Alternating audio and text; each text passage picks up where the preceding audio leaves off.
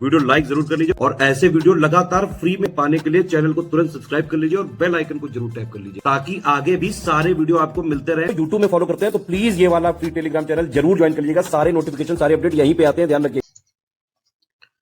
नमस्कार, स्वागत है आपका स्टडी फॉर सिविल सर्विस के प्लेटफॉर्म पे। आज हम एक नई इनिशिएटिव स्टार्ट करने जा रहे हैं जिसका नाम है art of writing answers through PYQ. इस इनिशिएटिव के अंदर हम जो यूपीएससी एग्जाम में मेंस एग्जाम जो होता है उसमें आंसर कैसे लिखना चाहिए, क्या तरीका होना चाहिए, किन चीज़ों का ध्यान रखना चाहिए, उन चीज़ों पे बात करेंगे और उसका प्रैक्टिकल एप्लीकेशन हम देखेंगे जब हम यूपीएससी के प्रीवियस ईयर क्वेश्चन को सॉल्व करेंगे। ठीक है, तो चलिए आगे बढ़ते हैं। जैसा कि आप सबको पता है, स्टडी फॉर सिविल सर्विस जो है उनके यूकेपीएससी, बीपीएससी, यूपीपीएससी और अन्य स्टेट सर्विस एग्जाम्स के prelims, mains, optional, answer writing evaluation, test series आदि प्रोग्राम चल रहे हैं, तो आप उनके पेड ग्रुप्स को ज्वाइन कर सकते हैं। Also study for civil service का एंड्रॉयड ऐप भी आ चुका है, तो आप उसे डाउनलोड कर सकते हैं। उसमें बहुत सारे फ्री डाउनलोड्स हैं, जैसे कि previous year questions, current affair materials वगैरह हैं, तो आप उनका फायदा उठा सकते हैं अपने एग्जाम के प्रिपरेशन को और बेटर बनाने के लिए। चलिए, तो सबसे पहले बात आती है कि एक आंसर लिखने के लिए किन पॉइंट्स को दिमाग में रखना चाहिए। तो मैंने उसको पॉइंट वाइज आपके लिए बाइफर्केट किया है। तो जो सबसे पहली बात हमें ख्याल रखना चाहिए कि वो है कि क्वेश्चन को कंप्लीटली पढ़े। ठीक है, आधा क्वेश्चन पढ़ के कभी भी आंसर लिखने की जल्दीबाजी ना करें। जैसे कि मैं आपको एक उदाहरण देता हूं कि right the importance of G20 in context of India USA relation. ठीक है, अगर आपने बस क्वेश्चन को आधा ही पढ़ा तो आप क्या पढ़ेंगे कि right the importance of G20 और आप वहीं से आंसर लिखना स्टार्ट कर देंगे कि G20 क्यों इंपॉर्टेंट है। आप उसके इकोनॉमिक एस्पेक्ट, आप उसके जियोपॉलिटिकल एस्पेक्ट, इन सबको आप लिख देंगे। पर आपने जो उसका मेन पार्ट है in context of India USA relation, आपने उसको मिस कर दिया होगा, जो कि इस क्वेश्चन के क्रक्स को पूरी तरीके से चेंज कर देता है। ठीक है, तो सबसे पहला पॉइंट क्या हो गया, क्वेश्चन को कंप्लीटली पढ़े। ठीक है, आधा ना पढ़े, पूरा पढ़ ले फिर लिखना स्टार्ट करे। उसके बाद जो कुछ पॉइंट आता है कि है कीवर्ड ऑफ द क्वेश्चन को समझे। जैसा कि मैं आने वाले स्लाइड्स में जब हम पीवाईक्यूज डिस्कस करेंगे तब मैं आपको प्रैक्टिकली बताऊंगा कि कीवर्ड क्वेश्चन का कैसे पहचानते हैं, और कीवर्ड को समझना बहुत जरूरी होता है। ठीक है, जैसे कि मैं आपको एक सिंपल सा लेमन उदाहरण देता हूं कि क्वेश्चन है, मान लीजिए काउ इज आवर मदर। ठीक है, आपको उसके ऊपर ऐसे लिखना है मान लीजिए, या एक्सप्लेन करना है, या जो भी डायरेक्टिव दिया गया है, काउ इज आवर मदर। तो यहां पे डिमांड ऑफ द क्वेश्चन क्या है तो यहां पे कीवर्ड ऑफ द क्वेश्चन क्या है, काउ है या मदर है। तो ये समझना बहुत जरूरी है कि ये कीवर्ड जो है यहाँ पे क्वेश्चन का हो जाएगा वो मदर हो जाएगा। जब आपने इसको आइडेंटिफाई कर लिया तब आपको रेदर देन काउ की कैरेक्टरिस्टिक क्या होती है कि काउ के 4 पैर होते हैं, 2 आंख होते हैं, उन सब बातों पे आपको ध्यान नहीं देना होगा। आपको मदर के कैरेक्टरिस्टिक्स पे ध्यान देना पड़ेगा। क्या कि मदर प्यार करती हैं, केयरिंग होती है, इन सब चीजों पे आपको ज्यादा ध्यान देना पड़ेगा। इसलिए कीवर्ड समझना क्वेश्चन का बहुत जरूरी है। ठीक है, एक सिंपल से एग्जांपल से मैंने आपको यहाँ पे बताया। थर्ड पॉइंट जो होता है वो होता है कि demand and directive of the question को समझिए। अब ये क्या चीज होती है, तो बहुत तरह के डायरेक्टिव्स होते हैं क्वेश्चन में, जैसे कि आपने देखा होगा डिस्कस, एनालाइज, क्रिटिकली एनालाइज। तो एक एक डायरेक्टिव को हम एक एक करके समझते हैं। सबसे पहला अगर आपको डायरेक्टिव मिलता है डिस्कस, इसका मतलब क्या होता है। जब आपको डिस्कस दे दिया गया है तो आपको क्वेश्चन के बारे में जो भी फैक्ट्स पता है उसको डिटेल में बताना है, उसके आगे पीछे आपको कुछ नहीं जाना। जैसे कि मैंने एक बहुत सिंपल एग्जांपल फिर से दिया आपके लिए कि Ram and Shyam are good friends, discuss. ठीक है, जब ये क्वेश्चन आ गया तो इसमें आपने देखना कौन से इंपॉर्टेंट वर्ड्स है, राम है, श्याम है और गुड फ्रेंड्स है। ठीक है, तो अगर आपको इसमें डिस्कस पूछ दिया गया तो आपने क्या करना है, सिंपली पहले बताना राम कौन है। ठीक, दूसरे बात बताना श्याम कौन है। ठीक, तीसरी बात बताना है आपको कि गुड फ्रेंड्स क्या होते हैं। और चौथा बात आपको ये बताना होगा कि राम और श्याम गुड फ्रेंड्स कैसे हैं, उनके जो भी कुछ इंस्टेंसेस होंगे, केस स्टडीज होंगे, उनको कोट करना है। ठीक है, इसमें आपको एनालाइज नहीं करना है कि क्या राम और श्याम अच्छे फ्रेंड्स हैं कि नहीं, ठीक है ना, या राम और श्याम कैसे अच्छे फ्रेंड्स हैं, इन सब चीजों को ज्यादा एनालिसिस नहीं करना है। जो भी क्वेश्चन का फेस वैल्यू में पूछा गया उसके बारे में आपको फैक्ट्स प्रेजेंट करने होते हैं, ठीक है ना। अगला जो डायरेक्टिव होता है वो होता है कमेंट। कमेंट में क्या होता है, इसमें आपको you have to stick to the words of the question. जैसे कि फिर से वही एग्जांपल है, Ram and Shyam are good friends comment, तो इसमें क्या करेंगे आप, तो यहां पे आपको ज्यादा कुछ सोचना ही नहीं है, बस इस क्वेश्चन का जो वर्डिंग है Ram and Shyam are good friends उसको एक्सप्लेन कर देना है, ठीक है ना, कि राम और श्याम कैसे गुड फ्रेंड्स हैं। Without going into the background, you have to simply explain how they are good friends. You can mention certain examples as well. ठीक है ना।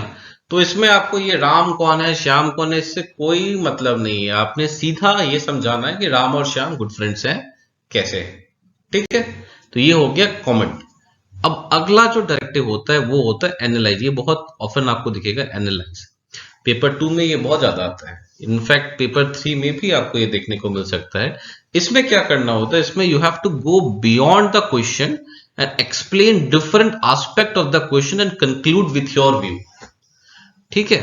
जैसे कि अगेन हमने वही एग्जांपल लिया, Ram and Shyam are good friends analyse, तो you need to talk about the different aspects of their friendship, like economic aspect हो सकता है कि राम ने कभी श्याम को इकोनॉमिक फ्रेंड की मदद किया हो, सोशल एस्पेक्ट हो सकता है, पर्सनल एस्पेक्ट हो सकता है, ठीक है ना। तो आपको हर डिफरेंट एस्पेक्ट से उनके फ्रेंडशिप को एनालिसिस करना पड़ेगा, ठीक है ना, और अंत में आपको अपना एक कंक्लूजन देना पड़ेगा whether they are really good friend और नॉट। बट एनालाइज और क्रिटिकली एनालाइज में क्या डिफरेंस होता है कि एनालाइज में जो आपको स्टेटमेंट दिया गया है मोस्ट ऑफन आप कोशिश करें कि आप उसके साथ जाए। जैसे कि अगर आपको दिया गया है Ram and Shyam are good friends, तो आपकी एनालिसिस का जो कंक्लूजन होना चाहिए वो यही दिखाना चाहिए कि राम एंड श्याम अच्छे फ्रेंड्स हैं। मे भी हो सकता है कुछ हिकअप्स हो उनके रिलेशनशिप में, but ultimately they are good friends. उसमें आपको ये ना कंक्लूड हो कि राम और श्याम अच्छे फ्रेंड्स नहीं है। तो एनालाइज और क्रिटिकली एनालाइज में ये डिफरेंस होता है, ठीक है।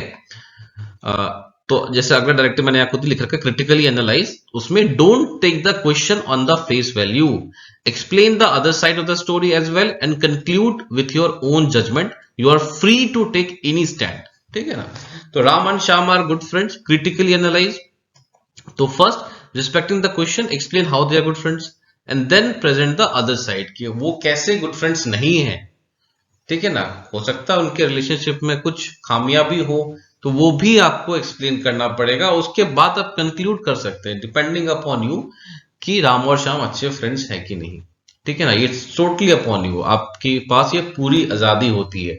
बच्चों के दिमाग में ये बहुत एक मिसकंसेप्शन होता है कि नहीं ऐसा नहीं, जैसे मान लीजिए क्वेश्चन आ गया कि ये स्कीम गवर्नमेंट का, इसके बारे में आप बताइए, क्रिटिकल एनालाइज कीजिए इसको, तो बच्चों के दिमाग में हमेशा रहता है कि नहीं हमें इसको सपोर्ट ही करना है हमेशा, ऐसा नहीं होता है। आप अगर रैशनल एनालिसिस से अपने फैक्ट को अच्छी तरीके से कंक्लूड कर पा रहे हैं then you are free to take any stand you want to take, ठीक है। ये क्रिटिकली एनालाइज का मतलब हो जाता है। तो आपने देखा जैसे कि सेम स्टेटमेंट है हर क्वेश्चन में, Ram and Shyam are good friends, और बस हमने डायरेक्टिव्स चेंज किया है, comment, discuss, analyse, critically analyse, और हर डायरेक्टिव के साथ क्वेश्चन लिखने का पैटर्न जो होगा, आंसर का जो पैटर्न होगा वो बिल्कुल ही चेंज हो जाएगा।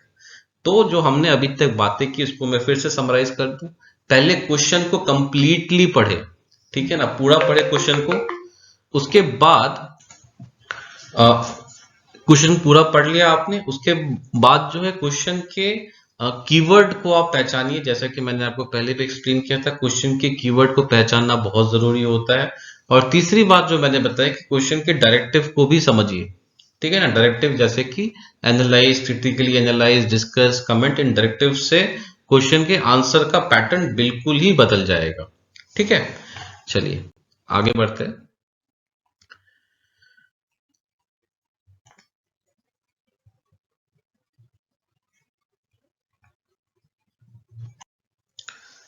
तो चलिए अब हम ये समझते हैं कि आपने जब इन चीजों का ध्यान रख लिया तो आपके आंसर का फॉर्मेट कैसे होना चाहिए, ठीक है, तो सबसे पहले आंसर में आता है इंट्रोडक्शन। तो इंट्रोडक्शन में आप क्या करते हैं, where you show that you have understood the keyword of the question.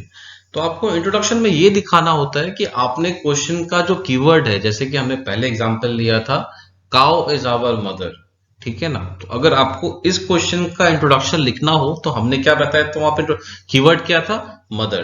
तो आप यहाँ पे मदर के को किसी तरह से कैरेक्टराइज करते हुए अपना इंट्रोडक्शन लिखेंगे। आप ये लिख सकते हैं कि क्या कहते हैं, mother is the most loving creature, ठीक है ना, mother is the most beautiful relationship, या जो भी है, मतलब एक बहुत लेमन एग्जांपल मैं ले रहा हूं, आई नो दैट, बट आपको किसी तरह अपने इंट्रोडक्शन दिखाना है कि आपने कीवर्ड को क्लियरली आइडेंटिफाई कर लिया है, या तो आप उस कीवर्ड को डिफाइन कर दें वहां पे, या उसके बारे में कोई फैक्ट प्रेजेंट कर दें, ठीक है ना। ये आपका इंट्रोडक्शन हो गया।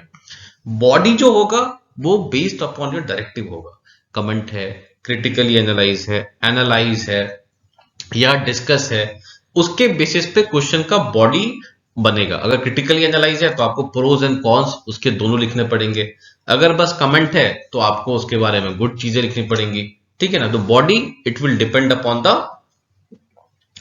डायरेक्टिव ऑफ द क्वेश्चन, ठीक है। तीसरा पॉइंट आता है conclusion. Again, it is based on the directive of the question, but the attempt should be to make it as progressive as possible, ठीक है ना। अगेन ये क्योंकि अगर आपका कमेंट है या डिस्कस है तो आपका जो कंक्लूजन होगा that will be in alignment with the answer question, ठीक है ना। वाइल अगर क्रिटिकली एनालाइज है तो हो सकता है आपका कंक्लूजन जो है वो आंसर से क्वेश्चन के वर्डिंग से थोड़ा डिफर हो, या उसके उल्टा अपोजिट पे भी हो सकता है। बट आपका एज एन आंसर राइटर जो यहाँ पे अटेम्प्ट ये होना चाहिए कि आपका conclusion as progressive as possible. अगर आप किसी स्कीम के बारे में पूछा गया आपसे, आपने उसके प्रोज कॉन्स दोनों लिखे, पर कॉन्स ज्यादा है और आपको लग रहा है वो स्कीम सक्सेसफुल नहीं है, तो आपको कंक्लूजन में ये नहीं लिख देना है कि भैया ये स्कीम तो है, ये बेकार है, बकवास है, इसे बंद कर दो, ये नहीं लिखना है। तो आपको एज अ सिविल सर्वेंट जो आपका अप्रोच होना चाहिए, जो आपकी मानसिकता होनी चाहिए कि ये वो होनी चाहिए कि देखिए इन स्कीम्स में ये खामियां है, और at the present state, in the present state the scheme is not feasible. But आपने लिखना एक वे फॉरवर्ड कि क्या क्या उसमें बदलाव करे ताकि वो स्कीम अच्छी हो जाए, ठीक है ना। क्योंकि देखिए आप ये एग्जाम क्लियर करके एक पॉलिसी मेकर बनेंगे, आपका काम होगा आपके पॉलिटिकल एग्जीक्यूटिव जो है, आपके जो पॉलिटिकल मास्टर्स हैं, उनको सुझाव देना। मान लीजिए आपके जो भी मंत्री हैं, शिक्षा मंत्री, कोई भी मंत्री है, उन्होंने बोला कि मुझे ऐसा स्कीम चाहिए जिसमें सारे बच्चों को फ्री में शिक्षा मिल जाए, ठीक है। तो आपका वहां पे काम क्या होगा, आपका काम ये होगा कि आपको ये नहीं बोलना कि नहीं सर ये तो स्कीम कर ही नहीं सकते, आपको बोलना होगा सर बहुत बढ़िया स्कीम है पर इसमें ये चेंज करे, फिलहाल सबको नहीं, फिलहाल कुछ सेक्शन ऑफ बच्चों पे ध्यान दे, ठीक है ना। तो ये मैं बताना चाह रहा हूं आपको कि आपका कंक्लूजन जो है वो आपकी मानसिकता को दिखाएगा कि आप कितने progressive and positive thinking officer बनेंगे। सो कंक्लूजन बहुत इंपॉर्टेंट हो जाता है, ठीक है। तो आगे बढ़ते हैं। देखिए इस बार जो 2023 में पेपर हुआ था, हम पेपर 1 डिस्कस करेंगे अभी से। तो 2023 का जो पेपर 1 हुआ था उसमें आप देखेंगे कि हिस्ट्री के 3 क्वेश्चन थे 10 मार्कर वाले, ठीक है ना। वर्ल्ड हिस्ट्री के एक भी क्वेश्चन नहीं थे, ठीक है। ज्योग्राफी के 4 क्वेश्चन थे और सोसाइटी के 3 क्वेश्चन थे 10 मार्कर वाले। इस वीडियो में हम 10 मार्कर वाले क्वेश्चन देखेंगे, अगले वीडियो में हम 15 मार्कर वाले क्वेश्चन देखेंगे, ठीक।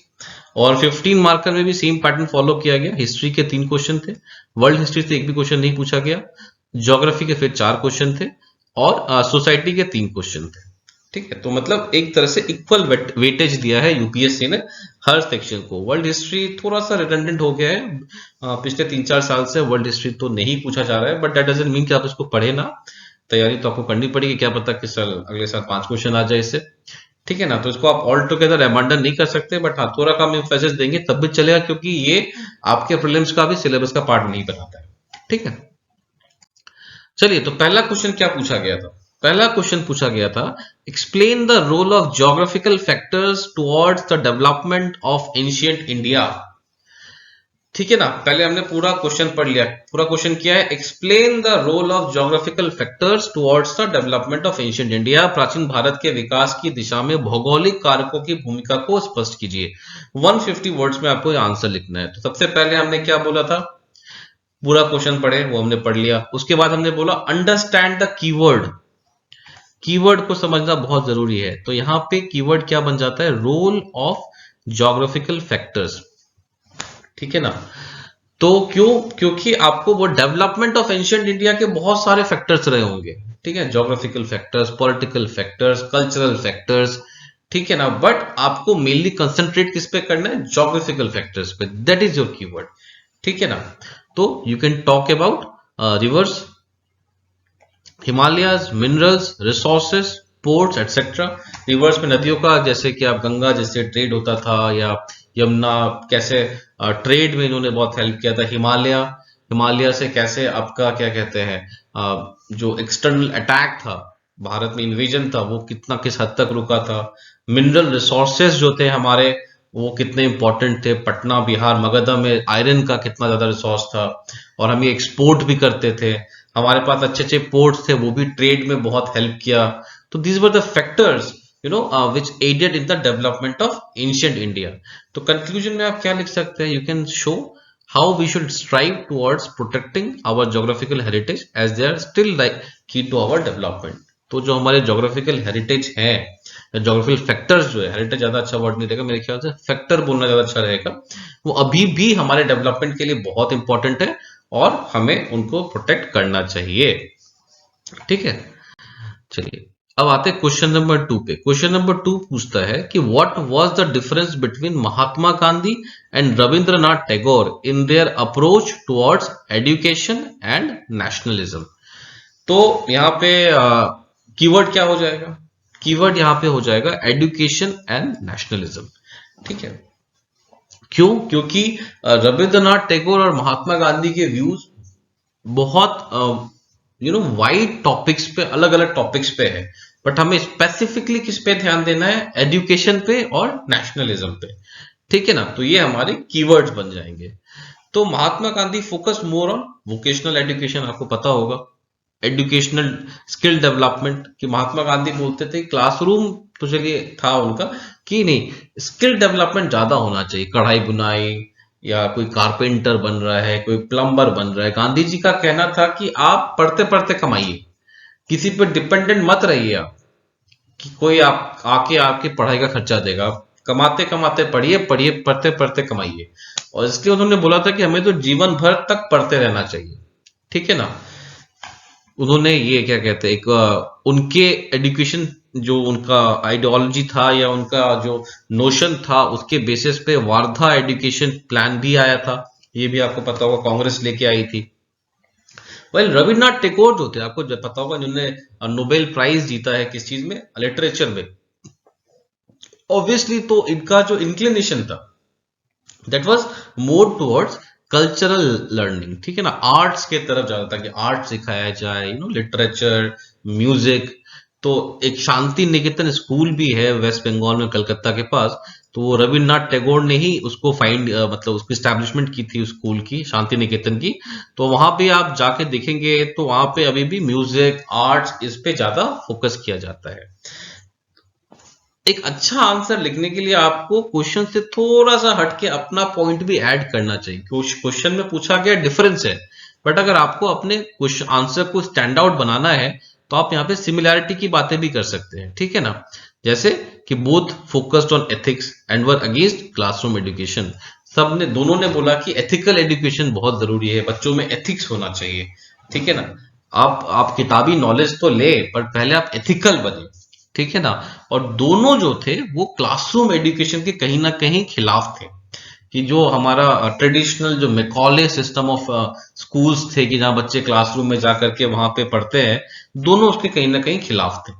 अब बात करते हैं दोनों के व्यूज किस पे, नेशनलिज्म पे। तो Gandhi ji was against western concept of nation and supported civilisational concept of nation. Nation क्या होता है ये समझना बहुत जरूरी है। देखिए, नेशन ये एक इंडियन कंसेप्ट नहीं है, ये एक वेस्टर्न कंसेप्ट है।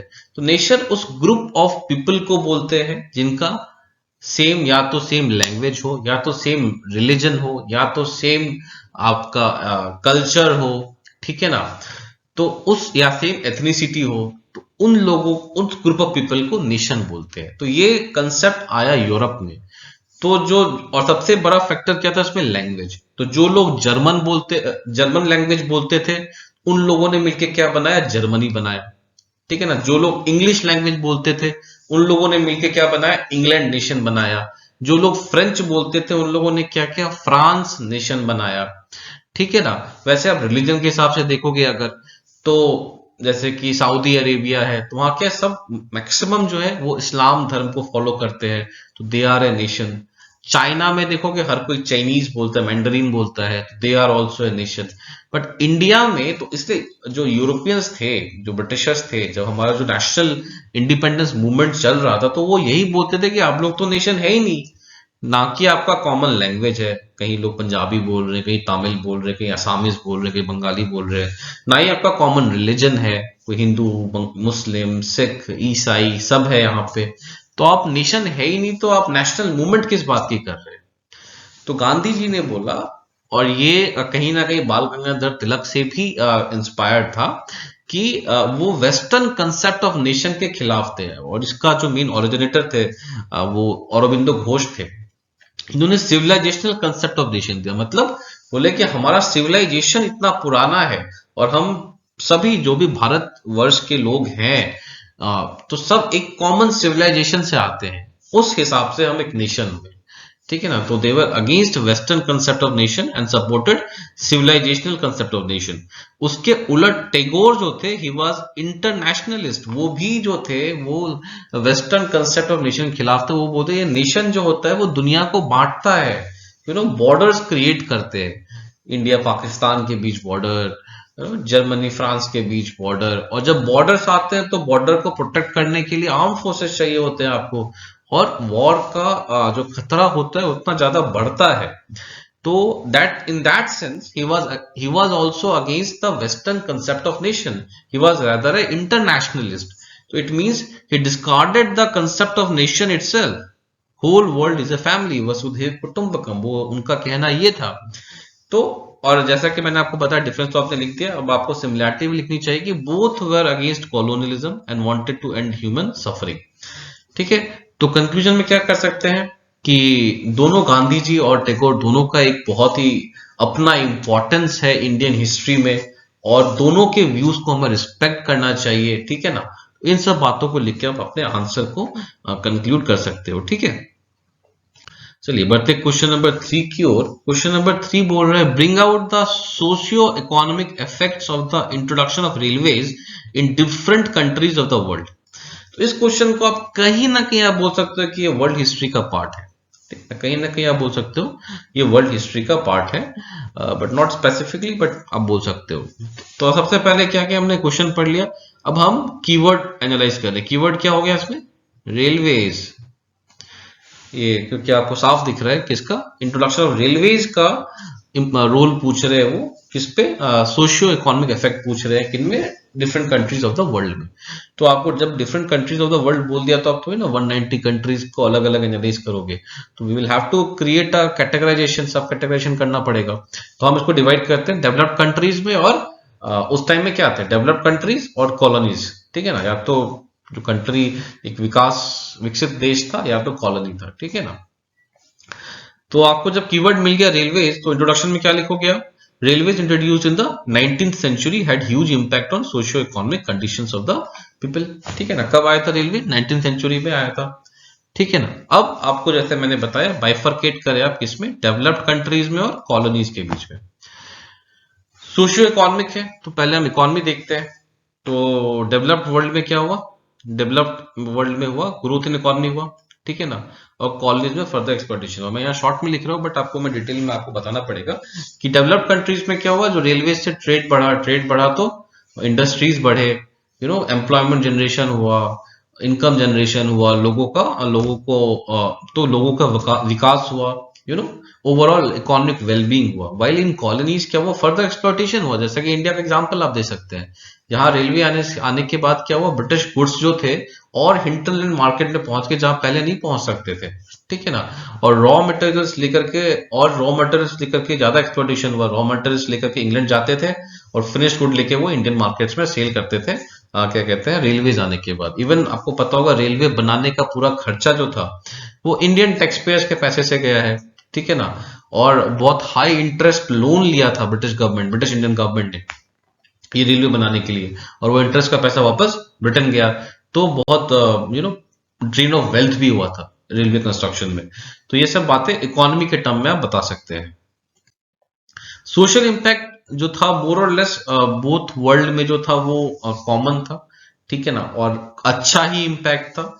लोगों को करीब लाया रेलवेज ने, सब एक साथ बैठ के जर्नी करते थे। People of different religion, caste etcetera travel together same car, ठीक है ना। ट्रैवल टाइम कम हुआ तो दुनिया नजदीक आ गई, आप देखोगे जहां भी लैंड मास था वहां पे रेलवेज के वजह से ट्रैवल टाइम बहुत कम हो गया।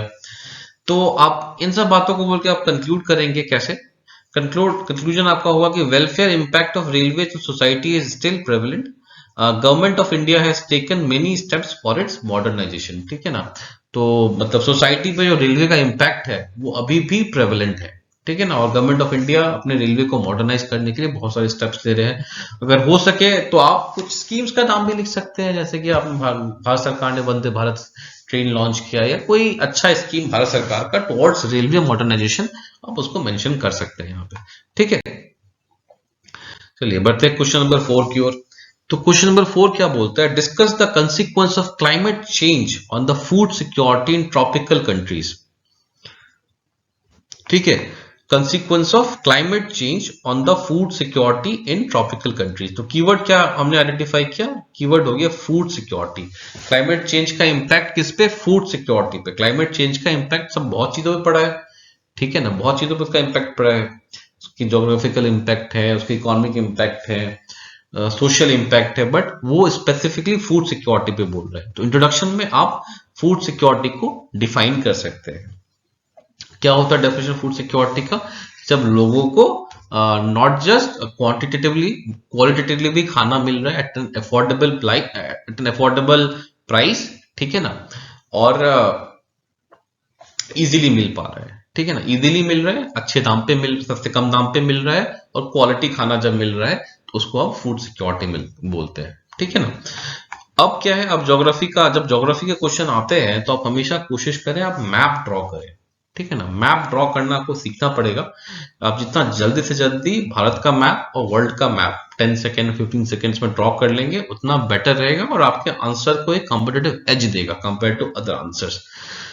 तो in geography drawing map help scoring more marks. You can draw a world map showing tropical countries. आप वर्ल्ड मैप बनाइए, वहां दिखा दिए ट्रॉपिकल कंट्रीज कौन से होते हैं, ठीक है ना। एक क्लैरिटी मिल जाएगी। छोटा सा मैप बनाना, ज्यादा बड़ा मैप नहीं बनाते इसमें। अब आपको लिखना है कि फीचर्स ऑफ क्लाइमेट चेंज क्या है, क्लाइमेट चेंज कैसे होता है, क्या क्या होता है क्लाइमेट चेंज में। तो जैसे सबसे पहले होता है टेम्परेचर राइज। क्लाइमेट चेंज होगा तो टेम्परेचर राइज होगा, तो उससे फूड सिक्योरिटी पे कैसे इंपैक्ट पड़ेगा, उससे क्या होगा, जो क्रॉप की प्रोडक्टिविटी है, जो उत्पादकता है, वो कम हो जाएगी। जहां पहले एक हेक्टेयर में 100 किलो अनाज हो रहा था, हो सकता है वहां पे 50 किलो अनाज होने लग जाएगा टेम्परेचर बढ़ने से, ठीक है।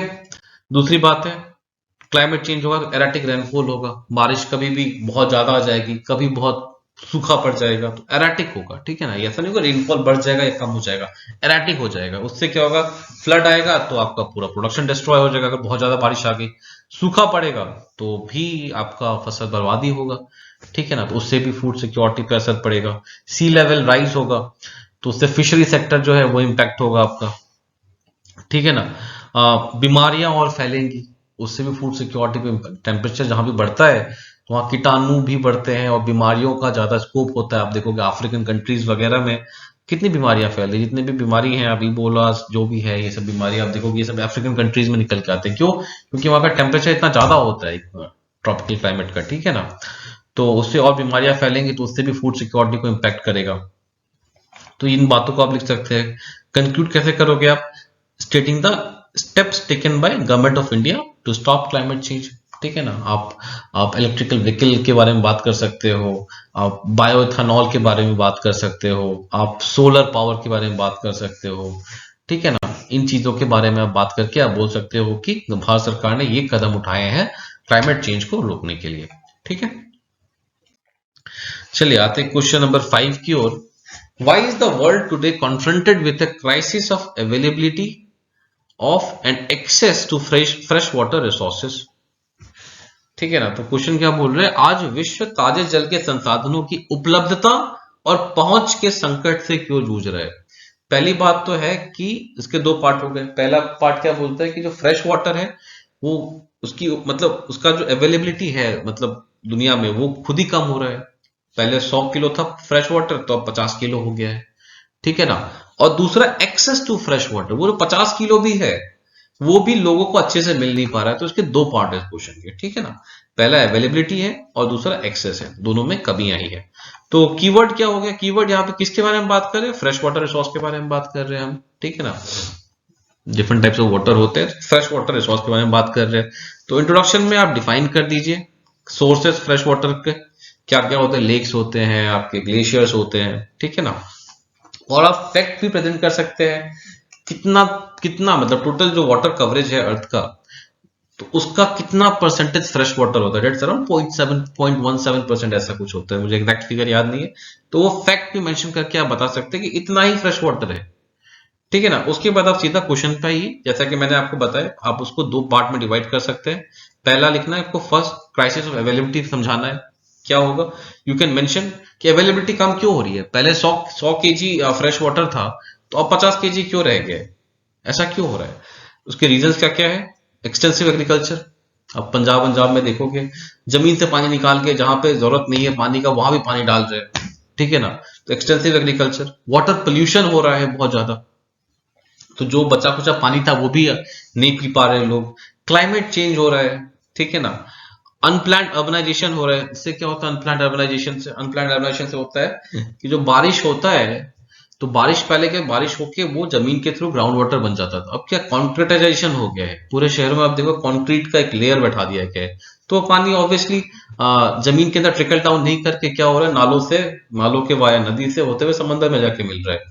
ठीक है ना, तो अनप्लान्ड अर्बनाइजेशन जो है उससे भी जो अवेलेबिलिटी ऑफ फ्रेश वाटर है वो कम हो रहा है। ठीक है ना, अब हम आते हैं दूसरे पार्ट के बारे में, that is about the access of water. Access कम क्यों हो रहा है, मतलब जो है वो भी लोगों को नहीं मिल पा रहा है। क्यों, क्योंकि एक तो पॉपुलेशन बहुत ज्यादा है। ठीक है ना, आपके पास 50 लीटर पानी है, पहले उस 50 लीटर को पीने के लिए 50 लोग थे, अब 500 लोग हो गए, तो ऑब्वियसली जो उसका एक्सेस होगा वो कम हो जाएगा लोगों के बीच में। वाटर सप्लाई का मिसमैनेजमेंट हो रहा है। ठीक है ना, जिन अब 50 लीटर पानी अगर शहर में है तो अब क्या किया जाए, जिनके पास अधिक पैसा है, जो बड़े लोग हैं, अमीर लोग हैं, उनको 50 का 40 लीटर उनको दे दिया जा रहा है, बाकी 10 लीटर में बाकी पूरी शहर की जनता को दी जा रही पानी। तो वाटर सप्लाई का मैनेजमेंट भी गलत है। ठीक है ना, पॉवर्टी, ये भी एक बहुत जरूरी बात है। गरीबी में लोग कहाँ से पानी खरीदेंगे। जियोपॉलिटिकल इश्यूज बिटवीन कंट्रीज, ये भी बहुत इंपॉर्टेंट है। देखो दो देश के बीच में जियोपॉलिटिकल इश्यूज, जैसे इंडस वाटर ट्रीटी है भारत और पाकिस्तान के बीच में, वो तो बहुत सेफ ट्रीटी है। भारत क्योंकि उसमें एक अपर रिपेरियन कंट्री है तो उसको बहुत रिस्पेक्ट करता है। बट अन्य देशों में आप देखोगे अगर दो कंट्रीज के बीच में कोई नदी जा रही है और कंट्रीज के बीच में तनाव होता है तो नदी का पानी रोक देते हैं। अफ्रीका में ऐसा बहुत होता है। तो जो लोअर रिपेरियन कंट्री होती है उनको उसका भुगतान करना पड़ता है। ठीक है ना, एक्सेस ऑफ वाटर में आप इन पॉइंट्स को मेंशन कर सकते हैं। तो कंक्लूजन में आप क्या लिख सकते हैं, mentioning some schemes of government of India और इंटरनेशनल एफर्ट्स फ्रेश वाटर को बचाने के लिए। भारत की जो भी, भारत सरकार की जो भी स्कीम्स है, भूजल योजना वगैरह है, उसमें से किसी स्कीम का मेंशन कर दीजिए आप। ठीक है ना, तो एक करंट टच भी मिल जाएगा आपके आंसर को, तो ये भी एक आपको एक एक कॉम्पिटिटिव एज देगा आपके आंसर पे। ठीक है, चलिए बढ़ते हैं क्वेश्चन नंबर 6 की ओर। ये बहुत ही ज्योग्राफी का क्वेश्चन है, बहुत ही टेक्निकल क्वेश्चन है। क्वेश्चन बोल रहा है ये जॉर्ड्स कैसे फॉर्म होते हैं, how are the gorges formed and why do they constitute some of the most picturesque areas of the world. ठीक है ना, तो ये फ्योर्ड कैसे बनते हैं और वे दुनिया के कुछ सबसे सुरम्य क्षेत्रों का निर्माण क्यों करते हैं। देखिए ये बहुत ज्यादा ही टेक्निकल क्वेश्चन है। अगर आपने इस टर्म को सुना होगा तब तो आप आसानी से आंसर कर लोगे, अगर नहीं सुना होगा तो आप मुश्किलात में पड़ सकते हो। और मेरा सुझाव ये रहेगा कि अगर आपने कुछ भी नहीं जानते इसके बारे में तो उस क्वेश्चन को अटेम्प्ट ना करें, ठीक है ना। अगर आप, चलिए आपको, आपने पढ़ रखा है जॉर्ज के बारे में और आपको ऐसा लग रहा है कि आप 150 वर्ड या 200 वर्ड नहीं लिख पाएंगे, तब भी ये सही है कि आप कुछ 50 वर्ड लिख दें, बट सही लिखें। बट टोटली वाइल्ड गैस लेना ये बहुत गलत होता है, ये आपको नेगेटिव इम्पैक्ट करेगा, क्योंकि आपको नंबर तो उसमें मिलेंगे नहीं और अपना टाइम आप अलग वेस्ट कर रहे हो, ठीक है ना। ये सोच के जाना कुछ भी लिख दो नंबर मिल जाएगा, ये गलत होता है। देखिए मैंने 6 बार मेंस लिखा है, मुझे पता है कि ऐसा नहीं होता है कि आप कुछ भी लिख दो नंबर तो मिलेगा ही, ऐसा कुछ नहीं होता है। क्लास 10 11 का पेपर चेक नहीं हो रहा है, यूपीएससी का पेपर चेक हो रहा है, ठीक है ना। अगर आप क्वालिटी लिखोगे तभी नंबर मिलेगा आपको। तो ऑब्वियसली कीवर्ड जो यहाँ पे होगा वो तो ये हो जाएगा, जॉर्ड्स हो जाएंगे। तो इसको डिफाइन करें, ये क्या होता है, ये होता है ग्लेशियर एरोजनल लैंडफॉर्म्स, ठीक है ना, इसको हम जॉर्ड्स बोलते हैं। You can make a map to show areas where gorges are found. ये जनरली कहाँ मिलते हैं, ये जनरली मिलते हैं आपके नॉर्वे या स्कैंडिनेवियन कंट्रीज जो है वहां पे मिलते हैं ये, ठीक है ना। तो it is a straightforward question, so you have to directly mention that glaciers retreat due to the process of melting, they form U-shaped valleys called fjords। ये डेफिनेशन हो गया जॉर्ड्स का, जैसे मैंने बताया आपको, ठीक है ना। और for better scoring you must draw the diagram of the gorges formation as well. ये एनसीईआरटी में डायग्राम दिया गया है, ठीक है ना। तो आप जाके चेक करिए, जो जॉर्ड फॉर्मेशन होता है उसका डायग्राम दिया गया है कि कैसे ग्लेशियर जब रिट्रीट कर रहा होता है तो एक यू शेप्ड वैली बनता है, तो उसको हम क्या बोलते हैं, जॉर्ड बोलते हैं। तो ये डायग्राम बना देंगे, ज्योग्राफी में डायग्राम्स का बहुत इंपॉर्टेंट रोल रहता है, ठीक है ना। तो ये डायग्राम ऐसा नहीं है कि आपको अवेलेबल नहीं है, एनसीईआरटी में अवेलेबल है, ये क्लास 11 की एनसीईआरटी में आप जाके कुछ चेक कर सकते हैं। और मेरा ख्याल है कि आप इसको याद भी कर ले, बहुत कम चांसेस है कि दोबारा से रिपीट होगा, but you never know, it's UPSC, unpredictability इसके खून में है। तो आप इस क्वेश्चन के डायग्राम को जरूर देखें, ठीक है। इसका सेकंड पार्ट पे आते हैं। सेकंड पार्ट में आपको बताना है कि जहां पे जॉर्ड्स मिलते हैं वहां पे पिक्चर्स क्यों, व्यू क्यों इतना अच्छा होता है, मतलब वहां पे आपको सीनरीज अच्छे क्यों देखने को मिलते हैं, ठीक है ना। सबसे पहला आप ख्याल करेंगे कि जॉर्ड्स जहां पे होते हैं that is the only topography जहां पे ओशन भी होता है और साथ में ग्लेशियर्स भी होते हैं, ठीक है ना। सफेद बर्फ और नीला ओशन, तो ये ओनली टोपोग्राफी है जहाँ पे जॉर्ड्स में पाया जाता है। तो देखने में बहुत सुंदर लगता है। यहाँ का वाटर जो होता है बहुत क्लियर होता है, जो वैलीज बनते हैं उसमें जो पानी आके लगता है वो बहुत क्लियर वाटर होता है, तो आपको इसका सरफेस पे दिख जाएगा। तो ये भी बहुत अच्छा व्यू बनाता है। ब्लू आइस यहाँ पे दिखता है, नीले रंग का बर्फ दिखता है। वाइल्ड लाइफ बहुत डाइवर्स होता है, ठीक है ना। कोरल्स भी मिलते हैं यहाँ पे, ठीक है। उसके अलावा फॉक्स होते हैं यहाँ पे, क्योंकि यहाँ पे वार्म और कोल्ड करंट आके मिलते हैं तो फॉग बनता है, कोहरा पाया जाता है। तो ये सब, इन सब फैक्टर्स जो होते हैं मिला के जॉर्ड्स को बहुत ही एक सुंदर पिक्चर्स की व्यू बनाते हैं। तो जैसा कि मैंने आपको पहले ही बताया कि बहुत स्ट्रेट फॉरवर्ड क्वेश्चन है, इसमें आप ज्यादा कुछ एनालिसिस का पार्ट नहीं होता है। अगर आपको आता होगा तो आप अच्छा लिख पाएंगे, अदरवाइज आपको हो सकता है छोड़ना पड़े इस क्वेश्चन को। और यूपीएससी मेंस में ऐसे 3-4 क्वेश्चंस जरूर होते हैं जहां पे या तो आपको आता है या तो आपको नहीं आता है, मतलब अक्रॉस द 4 पेपर्स मैं बोल रहा हूँ। तो इससे घबराने की जरूरत नहीं है, हो सकता है 20 में से एक क्वेश्चन आप नहीं भी कर पाए, तो घबराने की इतनी जरूरत नहीं होती है। और ऐसे क्वेश्चन का कंक्लूजन तो कुछ बनता नहीं है, तो इट्स नॉट नेसेसरी कि आप यहाँ पे कुछ कंक्लूड करें, ठीक। चलिए आगे बढ़ते हैं, क्वेश्चन नंबर 7 पे आते हैं। Why is south west monsoon called Purvaiya easterly in the Bhojpur region, and how has the directional seasonal wind system influenced the cultural ethos of the region। तो ये भी ज्योग्राफी का क्वेश्चन है, यहाँ भी मैप का बहुत स्कोप बनता है। तो कीवर्ड क्या हो गया आपका, कीवर्ड हो गया आपका साउथ वेस्ट मॉनसून। तो इंट्रोडक्शन में आप इसको डिफाइन कर सकते हैं, आप ये एक्सप्लेन कर सकते हैं ये कब होता है और ये कहाँ होता है। साउथ वेस्ट मॉनसून मतलब जो हमारा इंडिया ऐसा हो गया, तो इसका ये साउथ वेस्ट मॉनसून जो होता है उसको आप डिफाइन कीजिए, कौन से मंथ में आता है, कहाँ आता है, ठीक है ना।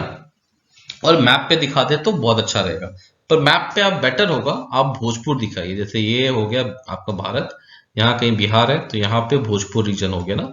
तो ये जाके ऐसे, क्योंकि विंड ऐसे आ रहा है यहाँ पे, इसलिए इसको हम क्या बोलते हैं, यहाँ पे विंड क्या होता है, ईस्ट डायरेक्शन से आ रहा होता है, ठीक है ना। इसलिए इसको हम यहाँ पे पुरवैया बोलते हैं।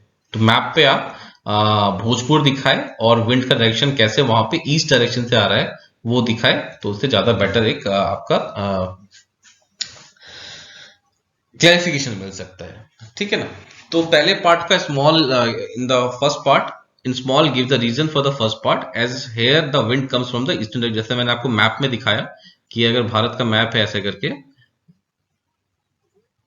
तो यहाँ पे भोजपुर कहीं होता है, ठीक है ना। तो यहाँ पे क्या होता है, डायरेक्शन जो विंड का होता है वो ईस्ट डायरेक्शन से आता है, इसलिए इसको हम पूर्वैया बोलते हैं, ठीक है ना। मैप के थ्रू आप एक सेल्फ एक्सप्लेनेटरी डायग्राम बना सकते हैं। जो एनालिसिस का पार्ट है कि how has this directional seasonal wind system influence the cultural ethos of the region, तो इस पे आप ज्यादा एम्फेसिस दे सकते हैं, क्योंकि ये सोसाइटी प्लस ज्योग्राफी दोनों को मिक्स करके क्वेश्चन पूछा गया है। तो आप बता सकते हो कि यहाँ का एग्रीकल्चर जो होता है ये विंड पे डिपेंड कर, क्योंकि जब ये विंड आता है तभी मानसून का रेन आता है, तो एग्रीकल्चर डिपेंड करता है। फोक जो यहाँ पे फोक सॉन्ग्स होते हैं वो मानसून पे बेस्ड होते हैं, बहुत सारे यहाँ पे। ड्रेसिंग स्टाइल लोगों का जो आप देखोगे वो भी इन सीजनल विंड के वजह से ही होता है, ठीक है। रिलीजियस बिलीव्स लोगों का कि रेन गॉड इंद्र की पूजा होती है, बारिश की पूजा होती है, ठीक है ना। तो इस तरह से उनका जो सोशल इम्पैक्ट जो होता है, कल्चरल इम्पैक्ट जो होता है पुरवैया का इस रीजन पे, तो वो आप यहाँ लिख सकते हो। और ये मोर और लेस नॉट जस्ट पुरवैया का ऑन भोजपुर है, ये मॉनसून का overall impact on the Indian society भी अगर आपसे पूछा जाए, इंडियन कल्चर पे मॉनसून का ओवरऑल इम्पैक्ट पूछा जाए, तो आप सेम पॉइंट्स को यहाँ पे दोहरा सकते हैं, क्योंकि कुछ अलग तो है नहीं, ठीक है ना। क्योंकि जस्ट क्वेश्चन आपसे पूछ लिया गया इसलिए आप लिख रहे हैं, कुछ अलग ऐसा भोजपुर पे इम्पैक्ट तो है नहीं, ठीक ना। कंक्लूड कैसे कर सकते हैं आप, that monsoon is a very important part of Indian culture. तो ये जस्ट एक टेम्पलेट दिया मैंने आपको, आप इसको फर्दर एक्सप्लेन कर सकते हो कि it's a very important part of Indian culture, और इसका बहुत मल्टी डायमेंशनल इफेक्ट रहा है इंडियन सोसाइटी पे, इथॉस पे, यहाँ के लोगों के माइंडसेट पे, वे ऑफ लिविंग पे, ठीक है। इन वर्ड का यूज करके आप अच्छे से कंक्लूड कर सकते हो, ठीक है। चलिए बढ़ते हैं अब क्वेश्चन नंबर 8 के ऊपर। तो क्वेश्चन नंबर 8 ये बोल रहा है कि do you think marriage as a sacrament is losing its value in modern India? क्या आप सोचते हैं कि आधुनिक भारत में विवाह एक संस्कार के रूप में अपना मूल्य खोता जा रहा है? तो इसका मतलब क्या हो गया, जो पहले क्या होता था, शादियां क्यों होती थी, it was a part of Indian ritual, ठीक है ना। पर अब क्या हो गया है, अब शादी रिचुअल का पार्ट नहीं रहा है, ठीक है ना। अब उसके अलग अलग पर्पसेस हो गए हैं, ठीक है ना।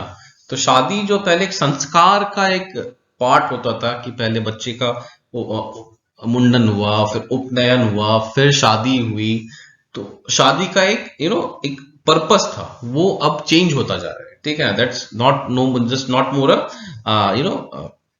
वैल्यू, सैक्रामेंट नहीं रहा, ठीक है ना। तो सबसे पहले कीवर्ड क्या हो जाएगा इसमें, तो वैल्यूज ऑफ मॉडर्न इंडिया, ठीक है ना। It is a mixture of a traditional and western ethos, आपको लिखना पड़ेगा कीवर्ड क्या हो गया, क्योंकि क्वेश्चन बोल रहा है losing its value in modern India. तो मॉडर्न इंडिया का वैल्यू क्या है, मॉडर्न इंडिया का वैल्यू है, it is a mixture of traditional जो हमारा चलता आ रहा है और वेस्टर्न इथोस, दोनों का एक मिक्सचर है। अब आंसर को दो पार्ट में डिवाइड कीजिए आप।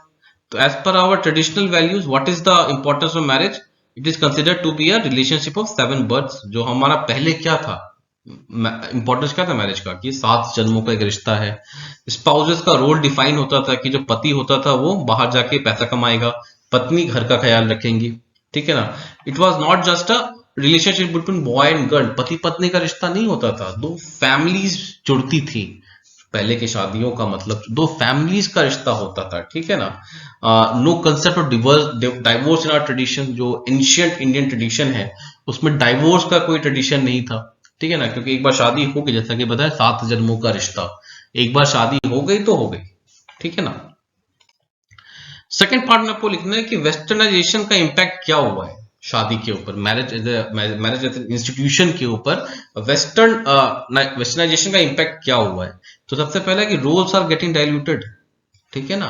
अब जरूरी नहीं है कि पति कमाएगा पत्नी घर पे रहेगी। अब तो आपने एक मूवी भी देखा होगा कि इनका या काइन की, क्या नाम है उसका, करीना कपूर और अर्जुन कपूर का, जहां पे वो लड़की जाके कमा रही है और लड़का घर में होम मेकर बना हुआ है। तो रोल्स डाइल्यूट हो रहे हैं। कंसेप्ट ऑफ लव मैरिज आ गया, तो फैमिली का जो रोल है वो अब बहुत सिंबॉलिक रह गया है। मतलब जो लड़का लड़की होते हैं वो शादी के एक दिन पहले अपने घर वालों को बताते हैं कि भैया शादी है हमारी, आ जाना। पहले क्या होता था, फैमिलीज पहले मिलती थी फिर लड़का लड़की मिलते थे। अब वो भी कंसेप्ट जो है वो थोड़ा सा उल्टा हो रहा है।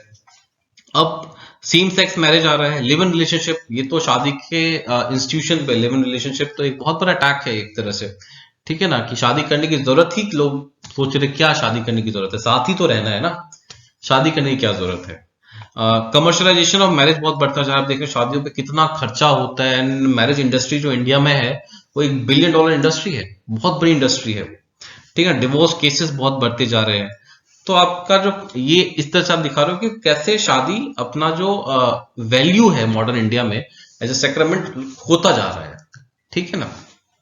कंक्लूजन, आप अपने अंडरस्टैंडिंग के अकॉर्डिंग, या तो आपको लगता है कि नहीं शादी जो है अभी भी इसका वैल्यू जो है मॉडर्न इंडिया में वो बरकरार है, तो आप उस तरह से कंक्लूड करें, या आप सोचते हैं कि नहीं it is losing its value as a tradition and it is just become a symbolic thing now, तो आप उसके अकॉर्डिंग भी आप चाहे तो कंक्लूड कर सकते हैं अपने आंसर को, ठीक।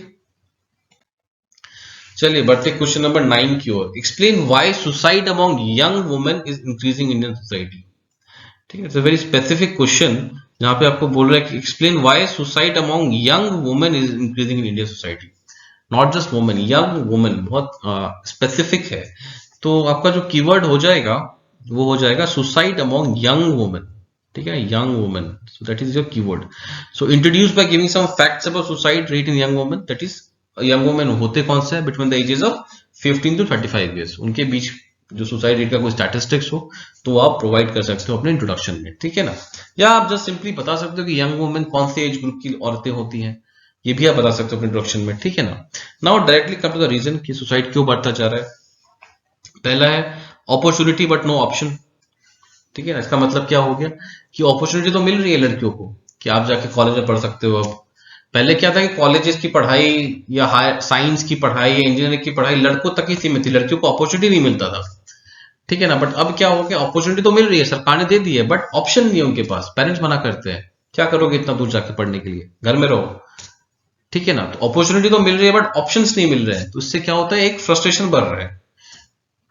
आप मंजिल के इतने करीब चले जाओ बट उसको छू ना पाओ तो उससे फ्रस्ट्रेशन ज्यादा होता है। जैसे अभी इंडिया देखो क्या हुआ, वर्ल्ड कप सेमीफाइनल में हार गया, फाइनल में हारने का तो ज्यादा होता है, लीग स्टेज में हार जाए तो चलो ठीक, कम दुख होता है, बट फाइनल में हारना ज्यादा दुख होता है, ठीक है ना।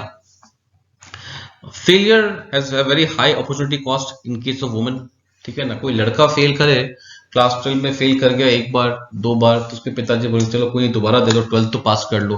बट अगर लड़की फेल करे तो पिताजी बोलेंगे भैया हो गया तुम्हारा पढ़ाई लिखाई, घर बैठो शादी करो, हो गया। तो फेलियर का opportunity cost in case of women is very high, young women के केस में बहुत ज्यादा होता है। Education has a mental purpose, अगर लड़कियों को पढ़ाया भी जा रहा है, मोस्ट ऑफ द केसेस में, इन जनरल नहीं बोल रहा, in most of the cases लड़कियों को हायर एजुकेशन कराया भी जा रहा है तो पर्पस यही है कि भाई शादी अच्छी जगह हो जाए इसकी, ताकि लड़के वालों को ये बोल सके कि नहीं हमारी बेटिया तो पीएचडी कर रखी है जी, हमारी बेटिया तो एमएससी कर रखी है। तो एजुकेशन का एक मेंटल पर्पस भी है।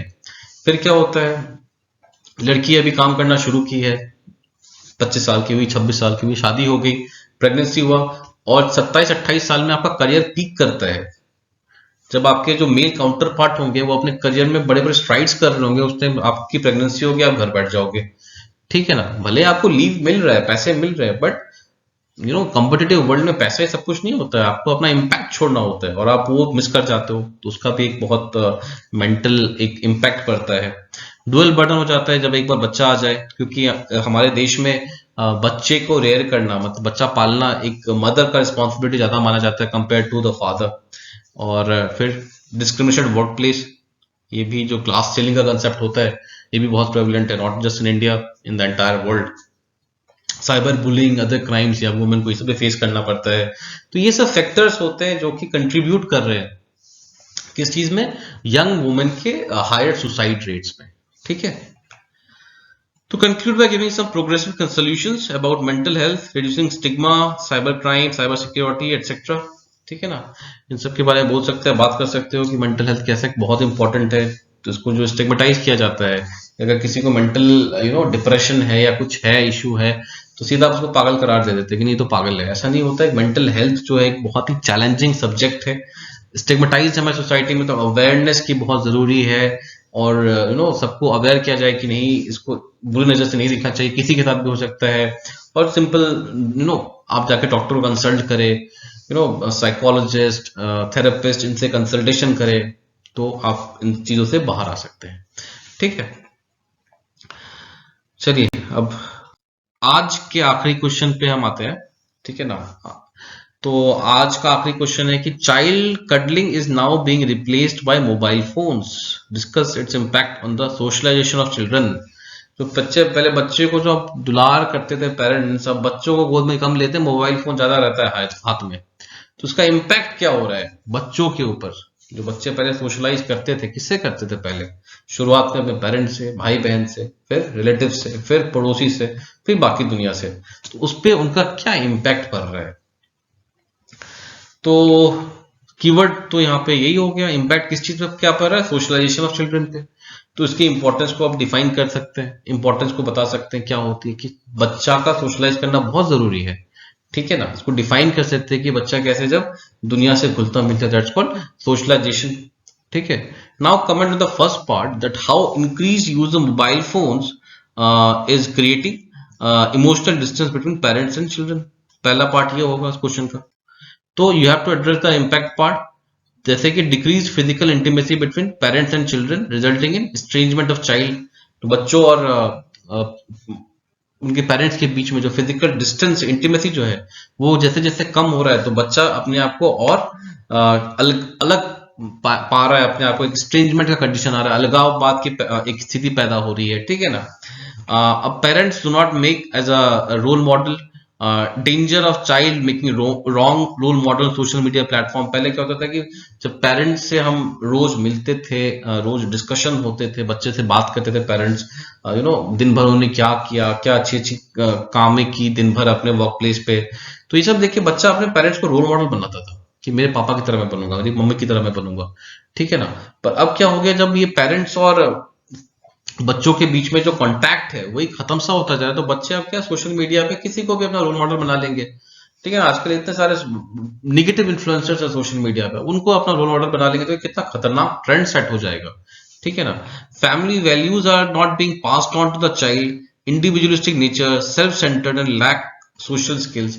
तो जो फैमिली वैल्यूज दादा परदादा किए थे, जो हमारी फैमिली वैल्यूज थी, तो जनरेशन टू जनरेशन हम पास ऑन करते थे। बट अब क्या हो गया, ये क्योंकि अब मिलना जुलना ही पेरेंट्स और बच्चों के बीच में इतना लिमिटेड हो गया है, तो ये वैल्यूज पास ऑन नहीं हो पा रहे हैं। उससे क्या हो रहा है, बच्चा जो है इंडिविजुअलिस्टिक होता जा रहा है, सेल्फ सेंटर्ड होता जा रहा है, उसके सोशल स्किल्स जो थे दोस्त बनाने के, हेल्पफुल नेचर, ये सब खत्म होते जा रहे हैं।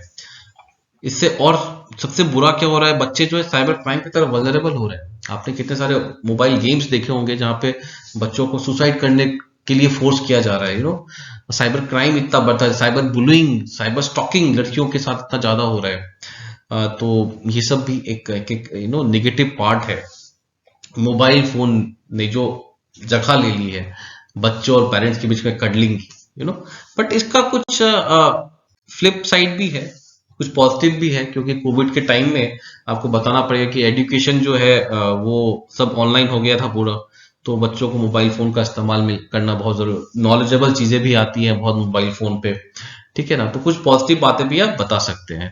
तो conclude by commenting on the role of parents in child rearing, कि पेरेंट्स का रोल जो होता है चाइल्ड रेयरिंग में, वो बहुत इंपॉर्टेंट होता है। ठीक है ना।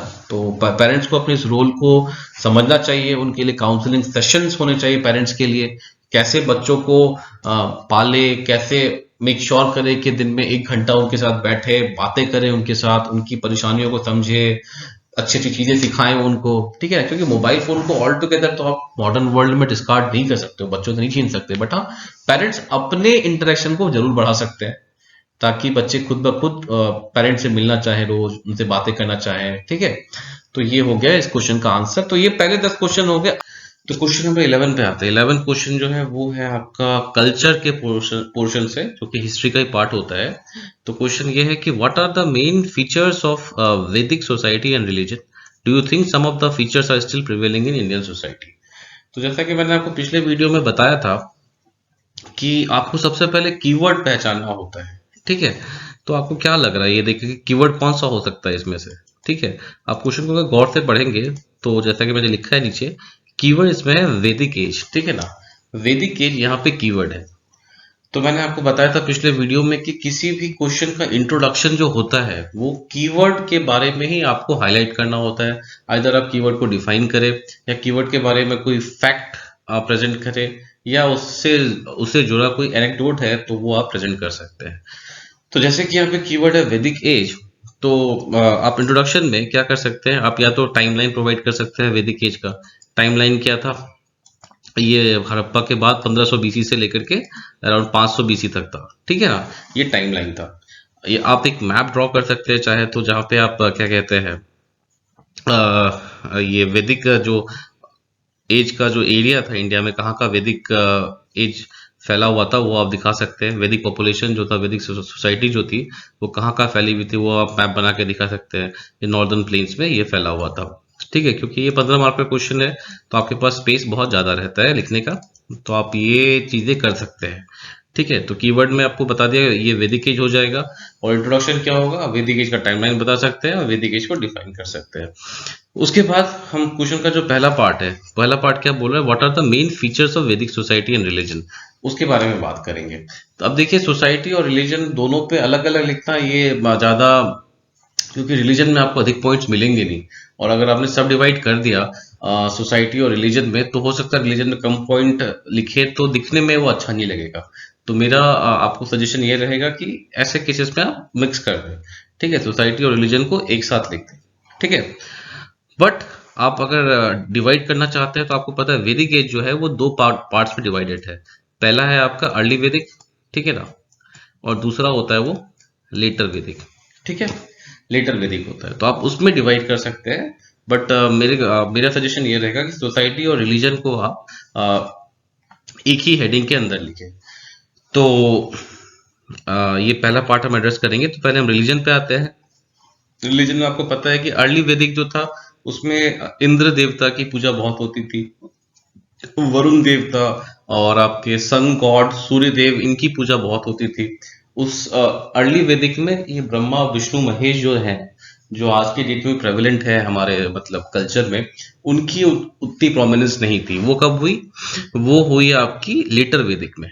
लेटर वैदिक में क्या हुआ कि ब्रह्मा विष्णु महेश और इनकी जो त्रिमूर्ति थी उनको प्रमुख हो गई थी, उनको ज्यादा इंपॉर्टेंस मिलने लग गया था, और इंद्र की पूजा जो थी, इंद्र की उपासना जो थी वो बहुत कम हो गई थी लेटर वैदिक में, ठीक है।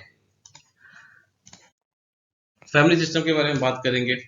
तो फैमिली सिस्टम जो था वो आपका लेटर वैदिक हो या अर्ली वैदिक हो सेम ही था, पैट्रियार्कल नेचर था, ठीक है ना। जो फैमिली का हेड होता था वो कौन होता था, जो पिता होता था या जो भी पुरुष, जो सबसे एजेड पुरुष था वो फैमिली का हेड हुआ करता था, ठीक है ना। तो लेटर और अर्ली वैदिक में इसमें कोई डिफरेंस नहीं है। दूसरी बात आती है पोजीशन ऑफ वुमेन। इसमें थोड़ा बदलाव है कि जो अर्ली वैदिक था उस समय वुमेन का पोजीशन जो था वो बहुत बेटर था, क्योंकि कुछ एग्जांपल्स हैं जैसे कि गार्गी हो गई, इनका एग्जांपल है कि इन्होंने वेदों में भी अपने कुछ उनका कंट्रीब्यूशन रहा है। सभा समिति जो होती थी उसमें वुमेन का पार्टिसिपेशन देखा गया था अर्ली वैदिक एज में। बट लेटर वैदिक में आते आते वुमेन का पोजीशन जो था वो थोड़ा सा नीचे हो गया था, डिटोरेट हो गया था, और जो वुमन थी उनका जो आपका काम था वो घर के अंदर तक ही सीमित रह गया था। जो पॉलिटिकल पार्टिसिपेशन होता था वुमेन का अर्ली वैदिक में, वो लेटर वैदिक में नहीं पाया गया था एज सच, ठीक है। अब आते हैं वर्णा सिस्टम में। वर्णा सिस्टम में भी डिफरेंस है। जो अर्ली वैदिक में वर्णा सिस्टम क्या था, जो रियल में वर्णा सिस्टम का मतलब है, जो वेद सिखाता है कि varna system is based on the occupation, कि आप क्या काम कर रहे हैं। कोई अगर किसी को पढ़ा रहा है तो वो ब्राह्मण कहलाएगा, कोई साफ सफाई का काम कर रहा है तो वो शूद्र कहलाएगा, कोई युद्ध लड़ रहा है तो वो क्षत्रिय कहलाएगा, कोई अगर व्यापार कर रहा है तो वो वैश्य कहलाएगा, ठीक है ना। तो वर्णा सिस्टम का मतलब in the early Vedic it was based on the occupation which you are doing, ठीक है। बट लेटर वैदिक में क्या हो गया, लेटर वैदिक में ये चेंज होके हेरिडिटरी हो गया, ठीक है ना। अगर कोई ब्राह्मण है तो उसका बेटा भी ब्राह्मण होगा, कोई शूद्र है तो उसका बेटा भी शूद्र होगा, इररिस्पेक्टिव वो क्या काम कर रहा है, ठीक है ना। तो वर्णा सिस्टम में ये बदलाव आ गया था।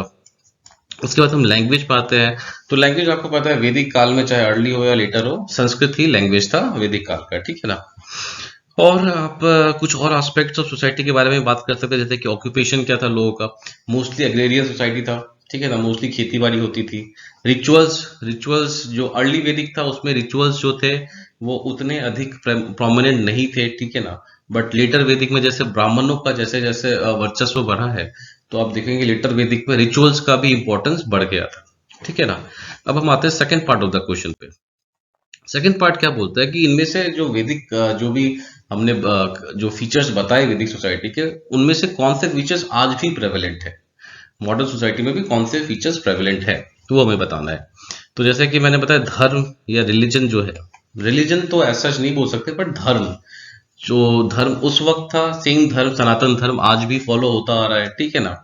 और आप देखोगे कि आज भी कोई ऑस्पिशियस काम होता है, किसी का शादी करना हो गया, गृह प्रवेश हो गया, ठीक है, जैसे कि आपने देखा कि हमारा पार्लियामेंट इनॉग्रेट हुआ, उसकी भी पूजा अर्चना हुई, तो उसमें भी वैदिक मंत्रों का इस्तेमाल करते हैं, वैदिक रिचुअल्स का हम को फॉलो करते हैं, ठीक है ना। तो ये कांस्टेंट हो रहा है। पोजीशन ऑफ वुमेन, जैसा कि मैंने आपको बताया था कि लेटर वैदिक में वुमेन का पोजीशन थोड़ा डिटोरेट हो गया था, तो आज भी आप देखोगे कि नहीं, मतलब कंप्लीटली तो उतना बुरा हाल नहीं है, बट जो एक पेट्रियार्कल सिस्टम है, जो पेट्रियार्कल एक मेंटालिटी है, वो भी कहीं ना कहीं आज की सोसाइटी में भी प्रेवलेंट है बहुत हद तक, ठीक है ना। वर्णा सिस्टम जो आपने देखा था,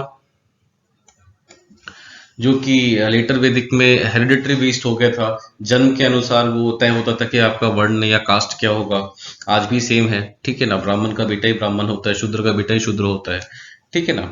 ऑक्यूपेशन उस टाइम भी एग्रेरियन था, आज भी इंडिया जो है 55% जो लोग हैं इंडिया के, वो एग्रीकल्चर में एग्रीकल्चर को अपना ऑक्यूपेशन मानते हैं, तो ऑक्यूपेशन भी मोर और लेस सेम ही है। तो ये कुछ समानताएं थी जो कि वैदिक सोसाइटी की थी, जो कि कंटिन्यू होते होते आज तक प्रेवलेंट है। आप कुछ और भी लिख सकते हैं। तो कंक्लूजन में अगर आप क्या लिखेंगे इसमें, कंक्लूजन में मैंने बोला कंक्लूजन हमेशा प्रोग्रेसिव होना चाहिए, तो मैं ये बोलूंगा कि वैदिक सोसाइटी, आप ये लिख सकते हैं कि वैदिक सोसाइटी जो हमारा था वो अपने टाइम के अनुसार बहुत प्रोग्रेसिव था, और उसमें बहुत सारी अच्छी अच्छी बातें भी हैं। तो हमारा क्या काम होना चाहिए कि आज के डेट में जो भी रिलेवेंट बातें आज के डेट में है, ठीक है ना, आज के कॉन्टेक्स्ट में जो भी रिलेवेंट है उनको अपनाना चाहिए। अगर उसमें कुछ रिफॉर्म करना है तो वो रिफॉर्म करना चाहिए, ठीक है ना, ताकि वो स्टेगनेंट ना रहे और मॉडिफाई होता रहे, डेवलप होता रहे। तो ऐसा एक प्रोग्रेसिव कंक्लूजन आप दे सकते हैं, ठीक है। चलिए आगे बढ़ते हैं। अब हम आते हैं क्वेश्चन नंबर 12 पे। 12 क्या पूछ रहा है, what were the major technological changes introduced during the Sultanate period, ठीक है ना, and how did those technological changes influence the Indian society। तो यहाँ पे आप कीवर्ड पहचानने की कोशिश करें, बताइए क्या होगा। तो कीवर्ड यहाँ पे आप देखिए कि बोल रहे हैं कि टेक्नोलॉजिकल चेंजेस मेजर कौन से इंट्रोड्यूस हुए थे, कब, सल्टनेट पीरियड में, ठीक है ना। तो सल्टनेट पीरियड में बहुत सारे चेंजेस आए थे, टेक्नोलॉजिकल चेंजेस आए थे, इकोनॉमिकल चेंजेस आए थे, रिलीजियस चेंजेस आए थे, सोशल चेंजेस आए थे। तो सल्टनेट पीरियड तो एक कांस्टेंट चीज है, उसमें अलग अलग चेंजेस हुए थे, उसमें से एक स्पेसिफिक आपसे टेक्नोलॉजिकल चेंजेस के बारे में पूछ रहे हैं। तो जो कीवर्ड हो जाएगा यहाँ पे आपका, वो कीवर्ड हो जाएगा सल्टनेट पीरियड, ठीक है ना। सल्टनेट पीरियड के इर्द गिर्द ही आपको आंसर करना है, ठीक है। तो हमेशा याद रखिए कीवर्ड पहचानने का ये सही तरीका होता है कि देखिए टेक्नोलॉजिकल चेंजेस तो हर एज में हुआ, आपके एंशिएंट इंडिया में भी हुआ, सल्टनेट टाइम में भी हुआ, मुगल के काल में हुआ, ब्रिटिश टाइम में हुआ, आज भी हो रहा है, ठीक है ना। बट हमें स्पेसिफिकली कब के बारे में बताना है, सल्टनेट पीरियड के बारे में, इसलिए आपका कीवर्ड जो होगा यहाँ पे वो हो जाएगा सल्टनेट पीरियड, ठीक है ना। तो हमने कीवर्ड पहचान लिया। आप दोनों मान सकते हैं, बट मैं ज्यादा फेवर करूंगा सल्टनेट पीरियड का। तो सल्टनेट पीरियड के बारे में आप इंट्रोडक्शन कैसे दे सकते हैं कि एक तो या तो आप इंपॉर्टेंस ऑफ टेक्नोलॉजिकल चेंजेस बता सकते हैं, या ब्रीफ अबाउट सल्टनेट पीरियड दे सकते हैं कि सल्टनेट पीरियड कब से कब तक था, कब स्टार्ट हुआ था, किन रीजियंस में मेनली फैला हुआ था, ये सारी चीजें आप बता सकते हैं अपने इंट्रोडक्शन में। या फिर अगर आप टेक्नोलॉजिकल चेंजेस को ही अगर अपना कीवर्ड बता रहे हैं, तो आप ये बता सकते हैं कि टेक्नोलॉजिकल चेंज जो है वो कितना जरूरी होता है किसी भी सोसाइटी या सिविलाइजेशन के प्रोग्रेस करने के लिए, ठीक है ना। अगर आप अपने टेक्नोलॉजी में बदलाव नहीं लाएंगे तो स्टैग्नेंट हो जाएगी। हम आदि मानव थे, जब तक हमने अपने टेक्नोलॉजी में बदलाव नहीं लाया, आग का आविष्कार नहीं किया, खेती के आविष्कार नहीं किया, पहियों का आविष्कार नहीं किया, तब तक हम प्रॉपर रूप से सोशल नहीं हो पाए थे।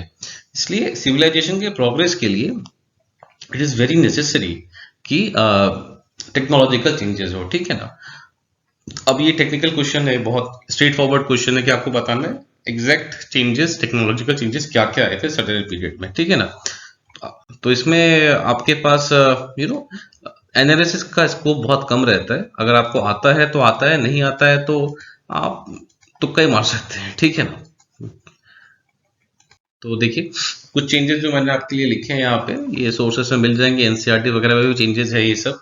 जैसे कि टेक्सटाइल टेक्नोलॉजी जो था, जो कपड़ा प्रौद्योगिकी था, उसमें बदलाव आया था। स्पिनिंग और वीविंग की नई टेक्नोलॉजी आई थी। जो भी अरब से रूलर आए थे, उन्होंने स्पिनिंग और वीविंग की नई टेक्नोलॉजी ली। बिल्डिंग कंस्ट्रक्शन, लाइम मोटर का इस्तेमाल होने लग गया था। आपको जैसे पता होगा कि हमारे पहले के जो टेम्पल्स थे, उनके अंदर सीमेंट या मोटर वगैरह का इस्तेमाल नहीं होता था, बट जब इस्लामिक रूलर आए तो जो मस्जिदों में बनाया गया या डोम कंस्ट्रक्शन हुआ, उनमें लाइम मोटर का इस्तेमाल स्टार्ट हो गया था, ठीक है ना। तो बिल्डिंग कंस्ट्रक्शन में नई टेक्नोलॉजी आ गई। मिलिट्री टेक्नोलॉजी में बहुत बदलाव आया था। गन पाउडर बहुत बड़ा चीज था। ये मतलब ये इस्लामिक रूलर्स ने इन्वेंट नहीं किया था, इसका आविष्कार चाइना में हुआ था। चाइना से ये अरब गया, अरब से ये इंडिया आया था, ठीक है ना। हॉर्स शू, घोड़े का नाल, ये बहुत बड़ा टेक्नोलॉजिकल एक चेंज था। उससे घोड़े बहुत तेज और दूर तक जा सकते थे। तो मिलिट्री टेक्नोलॉजी में भी चेंजेस आए थे। एग्रीकल्चर टेक्नोलॉजी में क्या हुआ था, पर्शियन व्हील का इस्तेमाल स्टार्ट हो गया था। ये क्वेश्चन प्रीलिम्स में पूछ भी रखा है यूपीएससी में, कि अरा घट्टा जो आपने सुना होगा, ठीक है ना। तो ये क्या होता है, एक काइंड ऑफ पर्शियन व्हील होता है। तो पर्शियन मतलब ये सल्टनत टाइम में आया होगा ऑफ कोर्स। पेपर मेकिंग, ठीक है ना, कागज का इस्तेमाल स्टार्ट हो गया था। बुक बाइंडिंग, तो इससे क्या हुआ था कि आपके लिटरेचर में बहुत विकास हुआ था। कि हमारे उससे पहले की जो भी लिटरेचर थे उसका सोर्स आपको नहीं मिलता है, बट आप देखेंगे सल्तनत टाइम में जो भी बुक्स लिखे गए थे वो आज भी कहीं ना कहीं मैन्युस्क्रिप्ट के रूप में जिंदा है। कहीं ना कहीं लाइब्रेरीज में या म्यूजियम्स में आपको मिल जाएंगे। क्यों? क्योंकि बुक बाइंडिंग और पेपर मेकिंग आ गई थी इस टाइम में। तो ये कुछ टेक्नोलॉजिकल चेंजेस है। इसके बाद का जो पार्ट है वो बोलता है इन टेक्नोलॉजिकल चेंजेस का सोसाइटी पे क्या इम्पैक्ट पड़ा, ठीक है ना। तो ये थोड़ा सा एक जनरल पार्ट हो जाता है जहां पे आप गेस कर सकते हैं कि किसी, तो क्या चीजें आती है कि एम्प्लॉयमेंट जनरेशन, खेती खेती बढ़ती है, पैदावार बढ़ती है, उससे एम्प्लॉयमेंट जनरेशन ज्यादा होता है, ठीक है ना। टेक्नोलॉजिकल चेंजेस आती है, एम्प्लॉयमेंट जनरेशन होता है, ट्रेड बढ़ता है, तो उससे क्या होता है आपका, उससे आपका अर्बन सेंटर्स में ग्रोथ आती है, ठीक है ना। नए नए शहर बनते हैं, ट्रेड बढ़ता है। जैसे कि मैंने आपको बताया कि टेक्सटाइल टेक्नोलॉजी का विकास हुआ तो उससे ट्रेड बढ़ा। भारत के कपड़े जो थे वो उनका एक्सपोर्ट ज्यादा होने लग गया, ठीक है ना। एग्रीकल्चर जो था वो आसान हो गया था with the arrival of Persian wheel. तो ये सब जनरल चीजें आप लिख सकते हैं इसमें, ठीक है ना। स्पेसिफिक टेक्नोलॉजी का क्या इफेक्ट पड़ा वो तो मतलब आपको बहुत ज्यादा हिस्ट्री पढ़ना पड़ेगा।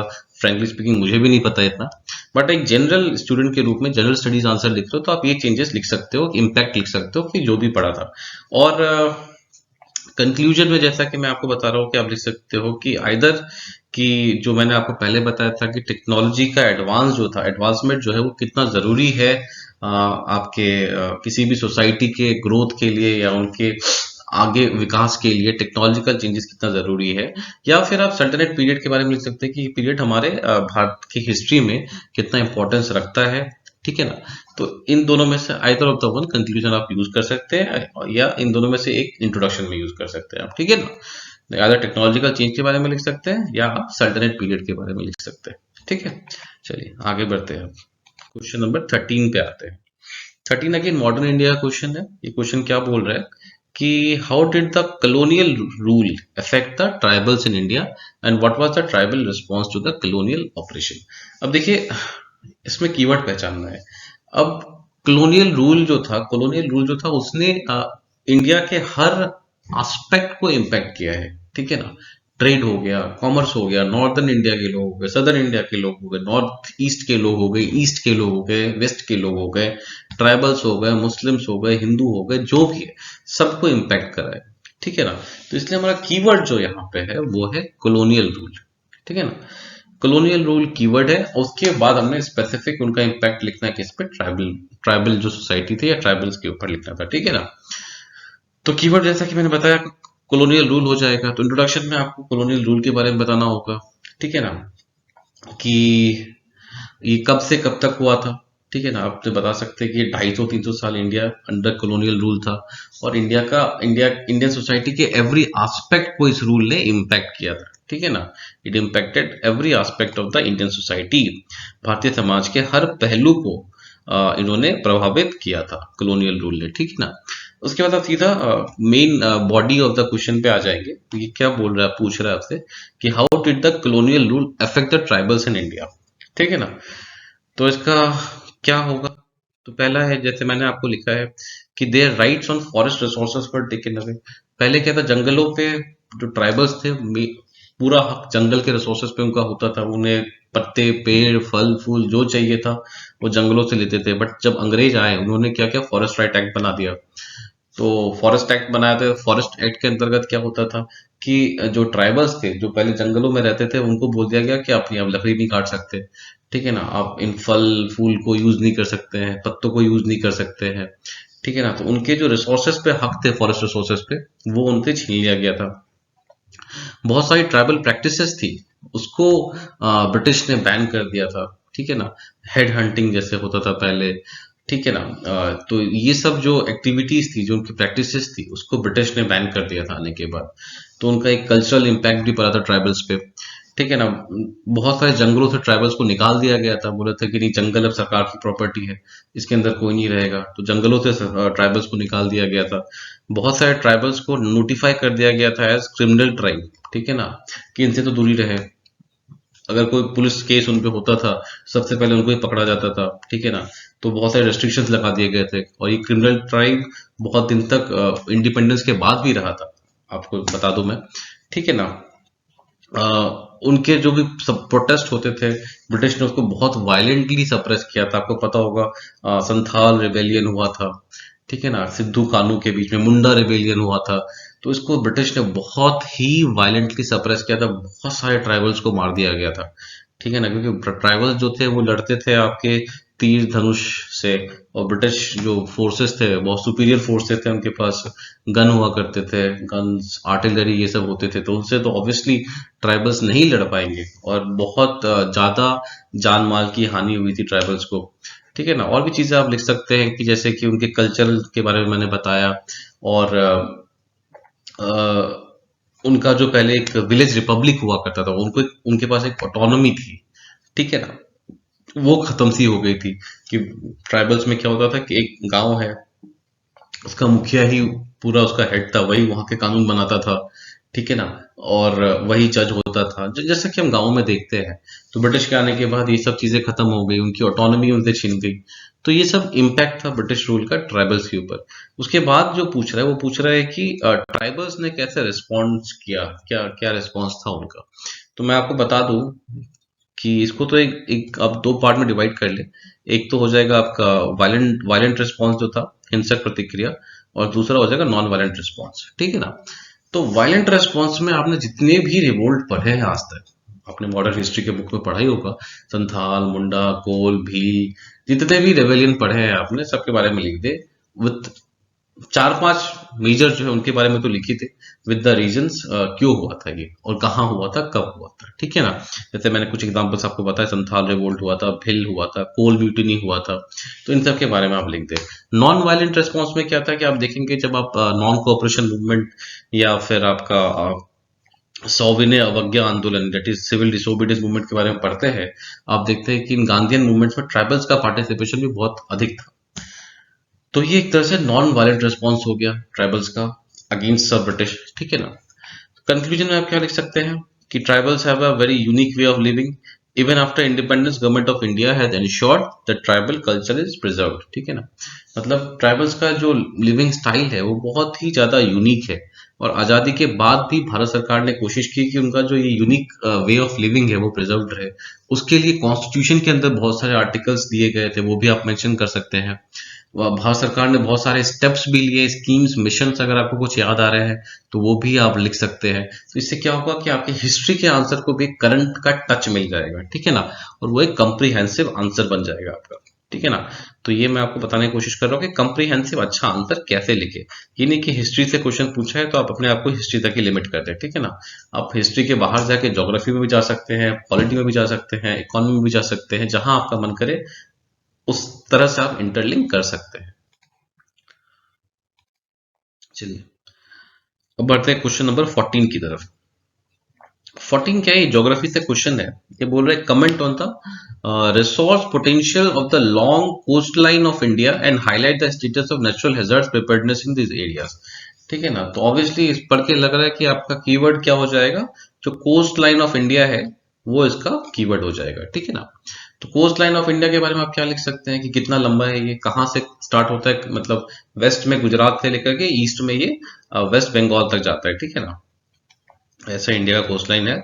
यहाँ गुजरात हो जाएगा कहीं पे, या मैप बना देंगे आप, लेंथ लिख देंगे इसका। ठीक है ना, तो ये और मैंने आपको पहले ही बताया था कि ज्योग्राफी में कभी भी मैप बनाने की अपॉर्चुनिटी को मत खोइए। कहीं भी मैप बनाने का मौका मिल रहा है बना दीजिए। दिखने में एक आंसर भी सुंदर लगता है, ठीक है ना, और आपको एक एक्स्ट्रा बेनिफिट भी मिल सकता है। तो जैसे यहाँ कोस्ट लाइन का बात आ रही है तो आप कोस्ट लाइन का मैप तो बिल्कुल ही बना सकते हैं। ठीक है, अब रिसोर्स पोटेंशियल की बात करें अगर हम कोस्ट लाइन की, तो आपको पता है बहुत ज्यादा ही इसमें आप पॉइंट्स लिख सकते हैं। फिशरी, एक्वाकल्चर, ये तो बहुत ज्यादा इंपॉर्टेंट है, फिशरी और एक्वाकल्चर। ठीक है ना, उसके बाद आपका एनर्जी, टाइडल एनर्जी जो आती है, जौहरी एनर्जी, ओशन थर्मल एनर्जी जो आती है, ये भी आती है इसके अंदर। ठीक है ना, एनर्जी का भी बहुत बड़ा सोर्स है ये। मैरीटाइम ट्रेड होता है क्योंकि पोर्ट्स है, पोर्ट्स के थ्रू ट्रेड होता है, तो ये भी एक इंपॉर्टेंट सोर्स है। मिनरल रिसोर्सेस है वहां पे। ठीक है ना, आपने देखा होगा कि सी बेड में बहुत सारे मिनरल रिसोर्सेस होते हैं। इवन जो आपका कॉन्टिनेंटल शेल्फ होता है वहां भी बहुत सारे रिसोर्सेस होते हैं। पेट्रोलियम वगैरह शेल्फ पे मिलता है। बॉम्बे हाई जो है वो क्या एक तरह का कॉन्टिनेंटल शेल्फ ही है, तो वहां पे आपको तेल निकलता है, वहां से क्रूड ऑयल निकलता है, तो मिनरल रिसोर्सेज भी बहुत है वहां पे। ठीक है ना, बायोडाइवर्सिटी, ओशन के आसपास कोरल्स हो गए, ठीक है ना, मछलियां बहुत तरह की हैं, सी वीड्स हैं, तो बायोडाइवर्सिटी भी बहुत ज्यादा है। तो इसके लिए क्या, टूरिज्म पोटेंशियल बढ़ जाता है वहां का। ठीक है, टूरिज्म पोटेंशियल बढ़ जाता है क्योंकि बहुत सारे टूरिस्ट आते हैं देखने के लिए समुद्र में, बहुत सारे स्पोर्ट्स एक्टिविटीज होते हैं। ठीक है ना, और ओवरऑल से क्या होता है, एम्प्लॉयमेंट अपॉर्चुनिटी जो होता है कोस्टल एरियाज में बढ़ता है। ठीक है ना, तो ये फायदा हो गया आपका किसका, कोस्टल जो लॉन्ग कोस्ट लाइन है, तो उसका ये फायदा हो गया। ठीक है ना, अब दूसरा जो पार्ट है क्वेश्चन का वो बोलता है कि status of natural hazard preparedness क्या है। जो नेचुरल हैजार्ड पहले आते थे कोस्ट में, तो उसके प्रिपरेशन का स्टेटस क्या है। ठीक है ना, तो जो आप यहाँ पे मेंशन कर सकते हैं, जो भी क्या कहते हैं भारत सरकार ने अभी तक मिशंस लिए हैं, सुनामी या साइक्लोन या फ्लड या एरोजन, उससे लड़ने के लिए जो भी स्टेप्स लिए हैं भारत सरकार ने, तो उसके बारे में आप यहाँ पे मेंशन कर सकते हैं। जैसे कुछ मैंने यहाँ पे आपके लिए लिख के दिया है, जैसे ये integrated coastal zone management project है इंडिया गवर्नमेंट का। एक है Indian tsunami early warning centre, ये कहाँ है, ये हैदराबाद में है। ये कब आया था, सुनामी जो 2004 में आई थी उसके बाद ये सेंटर बनाया गया था। National cyclone risk mitigation project बनाया गया था, ये कब बनाया गया था, ये उड़ीसा में जो सुपर साइक्लोन आया था 1997 या 9 में आई थिंक, उसके बाद ये प्रोजेक्ट बनाया गया था। ठीक है ना, तो ऐसे कुछ प्रोजेक्ट के नाम आप यहाँ पे लिख सकते हैं। कंक्लूड कैसे करेंगे, मैंने ये लिखा है, मेरा जो मानना है, मैंने आपको पिछली वीडियो में बताया था कि देखिए ये कोई सिंपल आंसर नहीं है। ठीक है ना, ये कोई परफेक्ट आंसर नहीं है, ये मैं कैसे लिखता मैं वो सोच रहा हूँ। ठीक है ना, तो आपका अपना खुद का कंक्लूजन हो सकता है, बट मैं सोच रहा हूँ कि इसको ऐसा लिखे कि इंडिया ने अपने आप को स्ट्रेंथन किया है अगेंस्ट नेचुरल हैजर्ड्स, किसके बाद, ever since super cyclone of Odisha और सुनामी इन इंडियन ओशन। ठीक है ना, इसके बाद इंडिया ने अपने आप को बहुत स्ट्रेंथन किया है। और अब हम देखते हैं कि किसी भी नेचुरल हैजर्ड के आने से पहले वार्निंग्स मिल जाती है, और जो लॉसेस होते हैं लाइफ की, प्रॉपर्टी की, वो मिनिमम होती है। ठीक है ना, तो इस तरह से आप इस आंसर को लिख सकते हैं। चलिए अब हम बढ़ते हैं अगले क्वेश्चन की तरफ।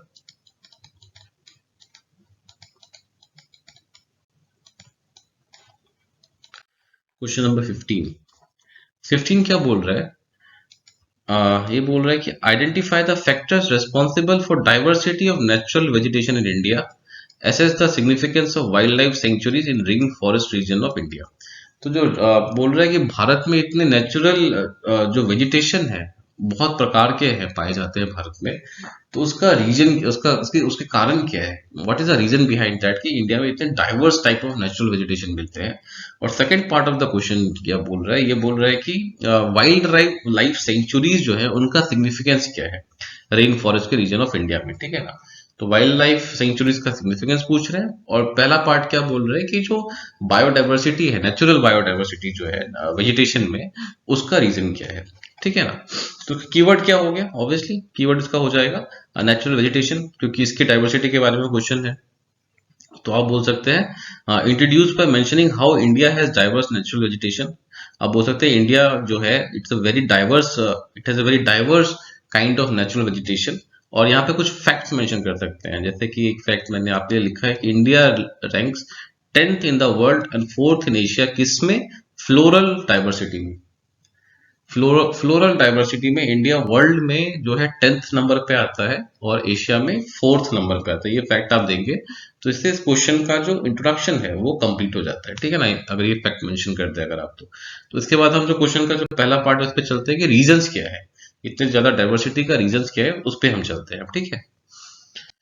तो रीजंस यही है, पहला तो है कि मॉनसून हमारे देश में बहुत एबंडेंट रेनफॉल होता है। आपको पता है दुनिया में सबसे अधिक बारिश वाला जगह जो है वो भी इंडिया में ही है, ठीक है ना, शिलोंग में मौसिन राम के पास, ठीक है ना। तो मॉनसून में रेनफॉल एबंडेंट है तो ऑब्वियसली वेजिटेशन के लिए रेनफॉल का की जरूरत होती है।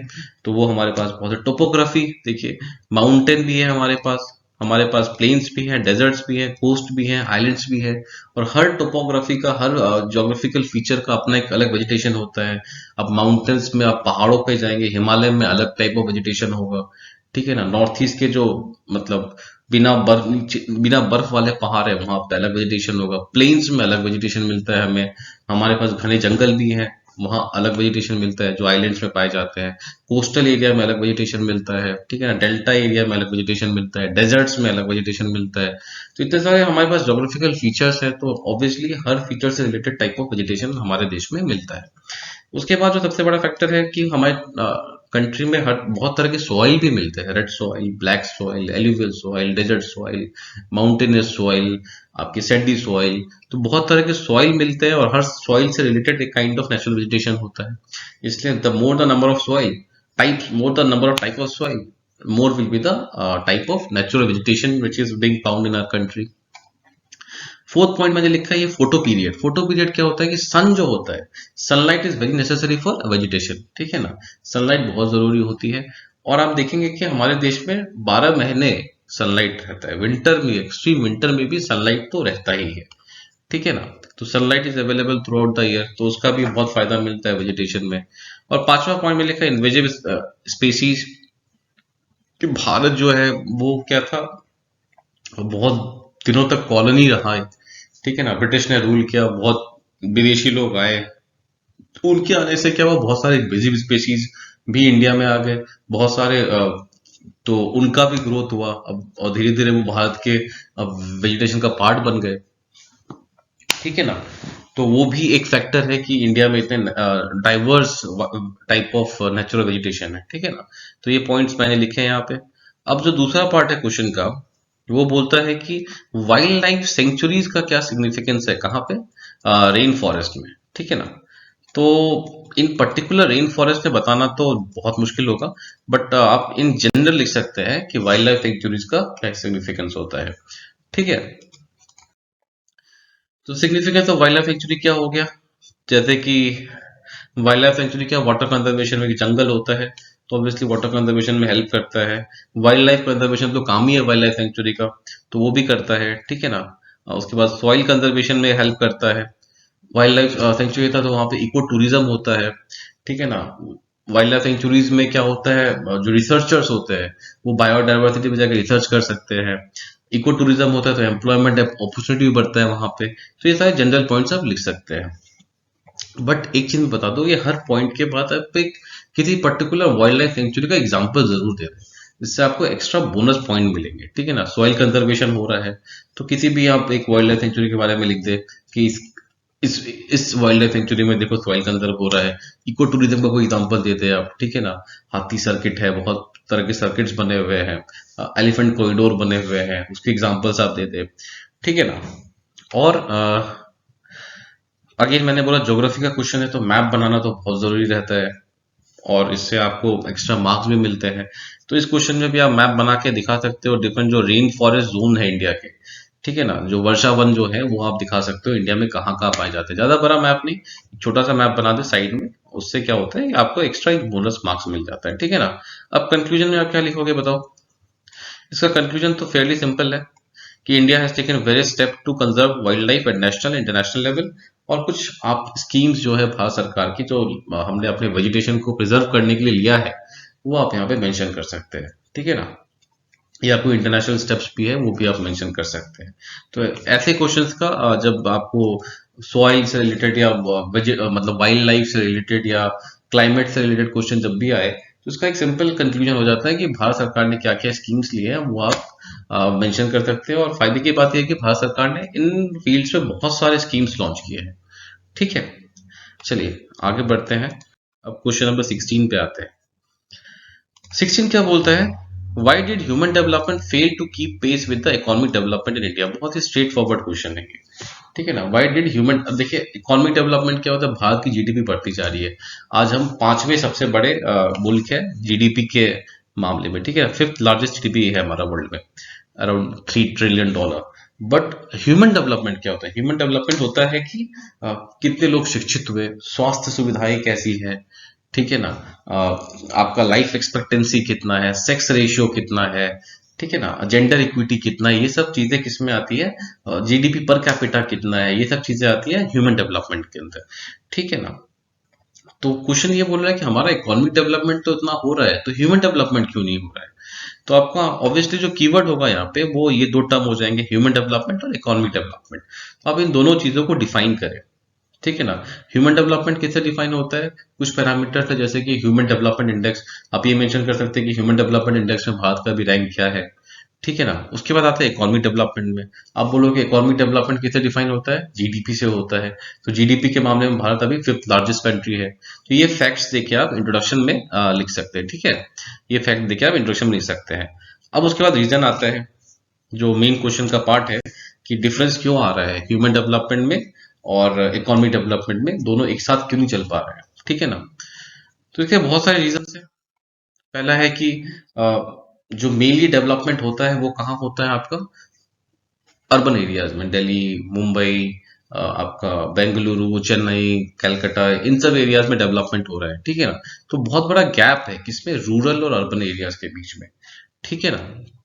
उसके बाद जो रीजन आता है कि वो है कि हमारी 55% जो आबादी है वो अभी भी एग्रीकल्चर पे डिपेंडेंट है, और एग्रीकल्चर इतना बड़ा इनकम का सोर्स नहीं होता है, और मार्जिनल क्या कहते हैं मतलब इतनी ज्यादा पॉपुलेशन डिपेंडेंट है एग्रीकल्चर पे, और जबकि एग्रीकल्चर जो है बस 17% ऑफ द जीडीपी है, ठीक है ना।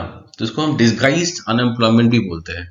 जैसे कि डिस्गाइज्ड अनएम्प्लॉयमेंट क्या होता है, जैसे कि एक खेत में 2 लोगों का काम है पर वहां पे 4 लोग काम कर रहे हैं, ठीक है ना, 2 लोग एक्स्ट्रा लगे हुए हैं, उसको हम डिस्गाइज्ड अनएम्प्लॉयमेंट बोलते हैं, ठीक है ना। तो एग्रीकल्चर डिपेंडेंट एक ही रीजन हो गया। उसके बाद क्या है, इनफॉर्मल जॉब्स बहुत ज्यादा है हमारे देश में, 85% ऑफ द जो हमारे वर्कफोर्स है वो किसी ना किसी तरह के इनफॉर्मल सेक्टर में लगे हुए हैं। तो इनफॉर्मल सेक्टर में लगने का क्या नुकसान होता है कि जो सिक्योरिटीज होती है, जैसे कि हेल्थ इंश्योरेंस हो गया आपका, या मान लीजिए आपका कोई एक्सीडेंट से डेथ हो गया तो उस केस में आपको कोई ग्रेच्युटी मिलना हो, पेंशन हो गया, या अदर सोशल सिक्योरिटी जो होता है वो इनफॉर्मल जॉब में नहीं मिलता है। हमारे घर में जो आपने देखा होगा जो मेड्स वगैरह काम करती हैं तो उनको थोड़ी ना पेंशन मिलता है या हेल्थ इंश्योरेंस मिलता है, हम नहीं देते उनको, क्योंकि वो इनफॉर्मल सेक्टर में काम कर रही है, ठीक है ना। तो इससे भी एक मतलब ह्यूमन डेवलपमेंट उतना नहीं हो पाता है, वो गरीब तबके से आते हैं। उसके बाद मेल और फीमेल में अंतर, ठीक है ना, वो भी है। जेंडर इनइक्वलिटी है, जो मेल होते हैं वो उनको ज्यादा हाई पेइंग जॉब्स मिलते हैं, फीमेल को उतने हाई पेइंग जॉब्स नहीं मिलते हैं, तो वहां भी डिफरेंस आ रहा है। करप्शन बहुत बड़ा इशू है, ठीक है ना। भारत सरकार जो क्या करती है, भारत सरकार जो गरीबों के लिए अच्छी स्कीम्स बनाती भी है तो करप्शन की वजह से उन जो जो भी एक्चुअल बेनिफिशियरी हैं उन तक नहीं पहुंच पाता है कई बार पैसा, ठीक है ना। इंफ्रास्ट्रक्चर की कमी है, infrastructure as in health, hospital हो गया, स्कूल्स हो गए, जो कि गवर्नमेंट को बनाना चाहिए गरीबों के लिए, उस हद तक नहीं है। अब गवर्नमेंट स्कूल में, गवर्नमेंट हॉस्पिटल में लोग नहीं जाना चाहते क्योंकि फैसिलिटीज उतनी अच्छी नहीं होती है वहां पे, ठीक है ना। तो जो मैं बताया आपको, हेल्थ केयर एजुकेशन फैसिलिटीज उतनी अच्छी नहीं है। इंफ्रास्ट्रक्चर में ये भी हो सकता है कि रोड्स अच्छे नहीं है, ठीक है ना, क्योंकि आप देखोगे पब्लिक ट्रांसपोर्टेशन अच्छा नहीं है, तो इन सब का नुकसान कहीं ना कहीं क्या होता है, वो जो गरीब तबके के लोग होते हैं उनको उठाना पड़ता है। तो इससे क्या होता है कि जो गरीब है वो और भी गरीब होते जा रहे हैं, और अमीर जो है वो और अमीर होते जा रहे हैं, जो गैप है बढ़ता जा रहा है। इसलिए ह्यूमन डेवलपमेंट नहीं हो पा रहा है, देश में पैसा तो बन रहा है बट इक्विटेबल डिस्ट्रीब्यूशन नहीं हो पा रहा है उसका। ठीक है ना, I am not talking about equal distribution, I am telling about equitable distribution नहीं हो पा रहा है। ठीक है, तो अब इसका वे फॉरवर्ड क्या लिख सकते हैं, इसका सेकंड पार्ट आप लिख सकते हैं कि इस डिफरेंस को कैसे कम किया जाए। तो ऑब्वियसली स्किल डेवलपमेंट करो लोगों का, स्किल डेवलपमेंट होगा तो लोग नए नए स्किल सीखेंगे, नए स्किल सीखेंगे तो उनको जॉब एम्प्लॉयबिलिटी उनकी बढ़ेगी, वो फॉर्मल सेक्टर में जाके जॉब कर पाएंगे। रूरल डेवलपमेंट कर सकते हैं, जैसे एक पूरा यूनिवर्सिटी इनिशिएटिव है, पूरा क्या होता है, providing urban amenities in rural area. ठीक है ना, उसको पूरा इनिशिएटिव बोलते हैं, रूरबन जिसको बोलते हैं, कलाम, डॉक्टर कलाम का ये इनिशिएटिव था। ठीक है ना, एजुकेशन वगैरह में और इन्वेस्टमेंट करे, लेबर मार्केट रिफॉर्म करे, क्योंकि जो इनफॉर्मल सेक्टर में है उनको भी सोशल सिक्योरिटी वगैरह दिया जाए। इनकम रिडिस्ट्रीब्यूशन का मतलब ये नहीं होता है कि किसी से उठा के किसी को दो डायरेक्टली, इसका मतलब ये होता है कि प्रोग्रेसिव टैक्सेशन हो, जो टैक्स इवेट करते हैं लोग उस पे नकेल कसी जाए।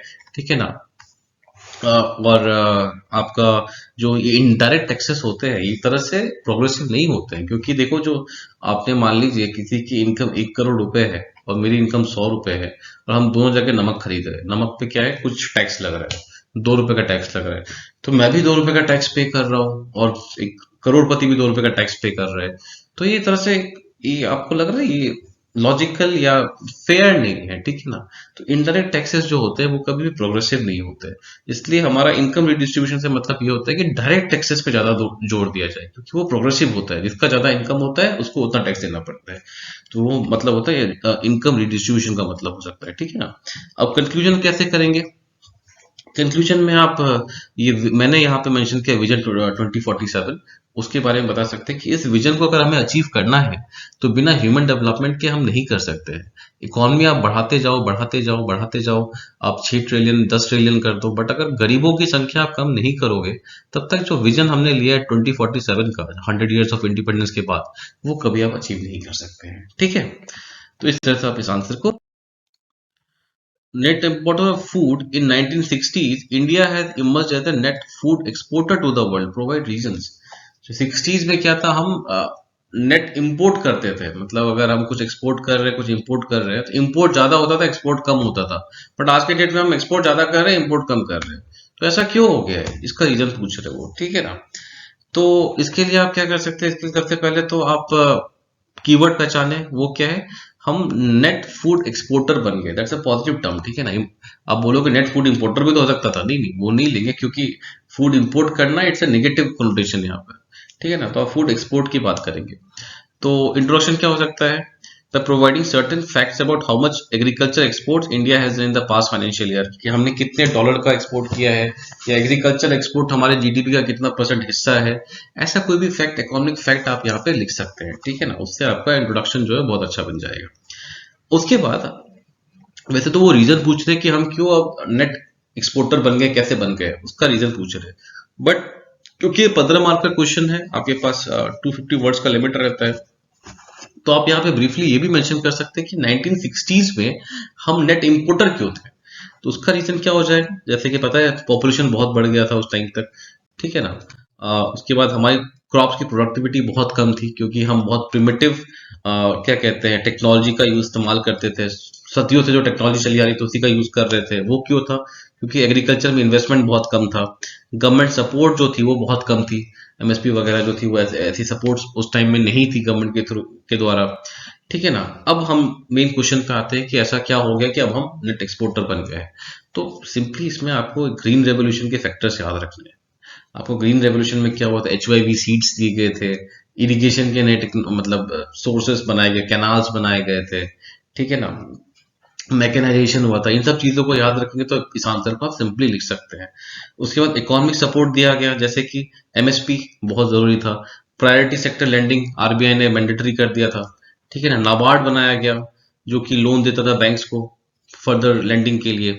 ठीक है ना, ये टेक्नोलॉजिकल एडवांसमेंट में मैंने आपको बताया कि ग्रीन रेवोल्यूशन में जो भी चेंजेस आए थे उसके बारे में आप लिख सकते हैं, HYV सीड्स आए थे, मैकेनाइजेशन हुआ था, कैनाल्स, इरिगेशन, ये सब के बारे में आप लिख सकते हैं। ठीक है ना, उसके बाद ट्रेड पॉलिसीज गवर्नमेंट की, हमने क्या कहते हैं इंपोर्ट सब्स्टिट्यूशन किया, ठीक है ना।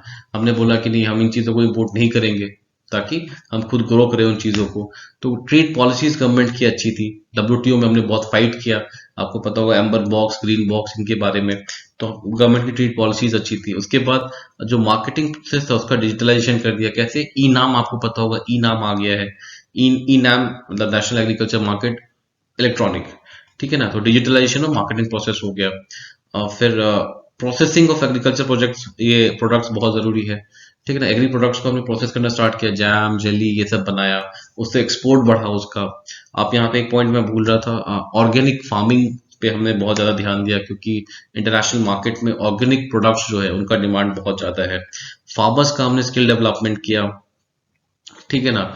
और और भी जितने भी आपको गवर्नमेंट स्कीम्स पता है रिलेटेड टू एग्रीकल्चर, यहाँ पे आप मेंशन कर सकते हैं, ठीक है ना।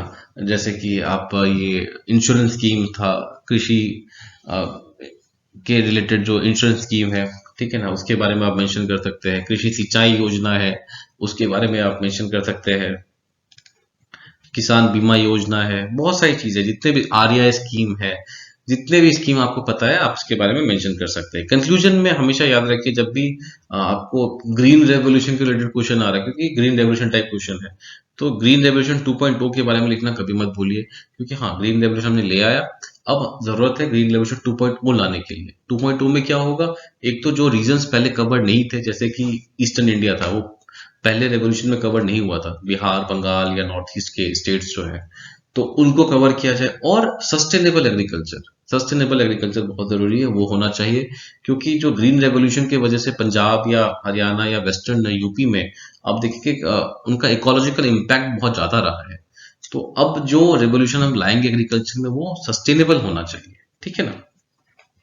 और भी एग्रीकल्चर रिफॉर्म के बारे में आप लिख सकते हैं, जैसे कि कॉन्ट्रैक्ट फार्मिंग, ये सब, जो कि फार्म बिल जो था जिसमें ये सब चीजें मेंशन थी, अब उसको गवर्नमेंट ने स्क्रैप कर दिया है, बट किसी फॉर्म में आप उसको लिख सकते हैं, क्योंकि वो आइडियाज ऑल टुगेदर खराब नहीं थे, तो उसको आप मेंशन कर सकते हैं, ठीक है।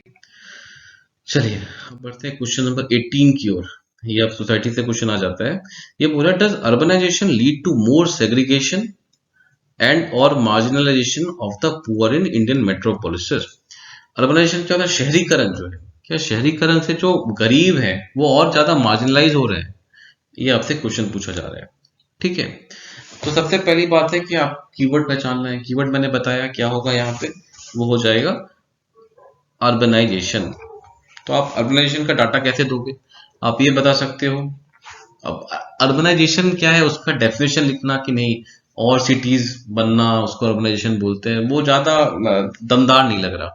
आपको फैक्ट दे दें कि 2030 तक 60% 70% ऑफ द इंडियन पॉपुलेशन जो होगा वो अर्बन एरिया में रहेगी, या आज के डेट में इतना परसेंट एरिया, 40% एरिया जो है वो अर्बन एरियाज के अंदर आता है। तो ऐसा एक फैक्ट देके आप इंट्रोड्यूस कर सकते हैं इसको, ठीक है ना। उसके बाद हम सीधे क्वेश्चन पे आ जाएंगे कि how urbanization is leading to more segregation of minorities, ठीक है। तो उसके लिए कैसे हो सकता है? पहले माइनॉरिटीज मतलब जो पुअर्स है, वो पुअर अगर रह रहे हैं आपके शहर में, तो घर नहीं होता उनके पास। क्यों नहीं होता? क्योंकि जो घरों के रेंट होते हैं बहुत ज्यादा होते हैं। 10,000 रुपए रेंट होता है, बेचारा 15,000 रुपए कमाता है, 10,000 रुपए रेंट कहाँ से दे देगा वो, ठीक है ना। अब वो सोचे कि चलो मैं खुद का घर बना लूं, खुद का घर खरीद लूं, तो प्रॉपर्टी कॉस्ट बहुत ज्यादा होता है। अब दिल्ली में चाह के भी आप घर नहीं खरीद सकते, करोड़, 2 करोड़, 3 करोड़। एक स्टैटिस्टिक्स अभी आया था कि अगर आपके पास 2 करोड़ रुपए है और आप मुंबई के मालाबार हिल में कोई प्रॉपर्टी खरीदने जा रहे हो, तो आपको एक बाथरूम तक नहीं मिलेगा, ठीक है ना। तो प्रॉपर्टी कॉस्ट जो है बहुत ज्यादा होता है मेट्रोपोलिस में, ठीक है ना। तो उसके लिए क्या होता है, आप रेंट पे घर नहीं मिल रहा, खुद का घर आप खरीद नहीं सकते, तो आप थक खा के क्या करोगे? आप स्लम्स बना दोगे, आप स्लम्स बना दोगे, ठीक है ना। अब ये स्लम क्या होता है? इलीगल स्लम होता है। तो इसमें ऑब्वियसली जो आपके पीने का पानी का सोर्स हो गया या टॉयलेट का सोर्स हो गया, ये सब तो ऑब्वियसली नहीं होता है, ये सेप्टिक टैंक से कनेक्टेड नहीं होते हैं।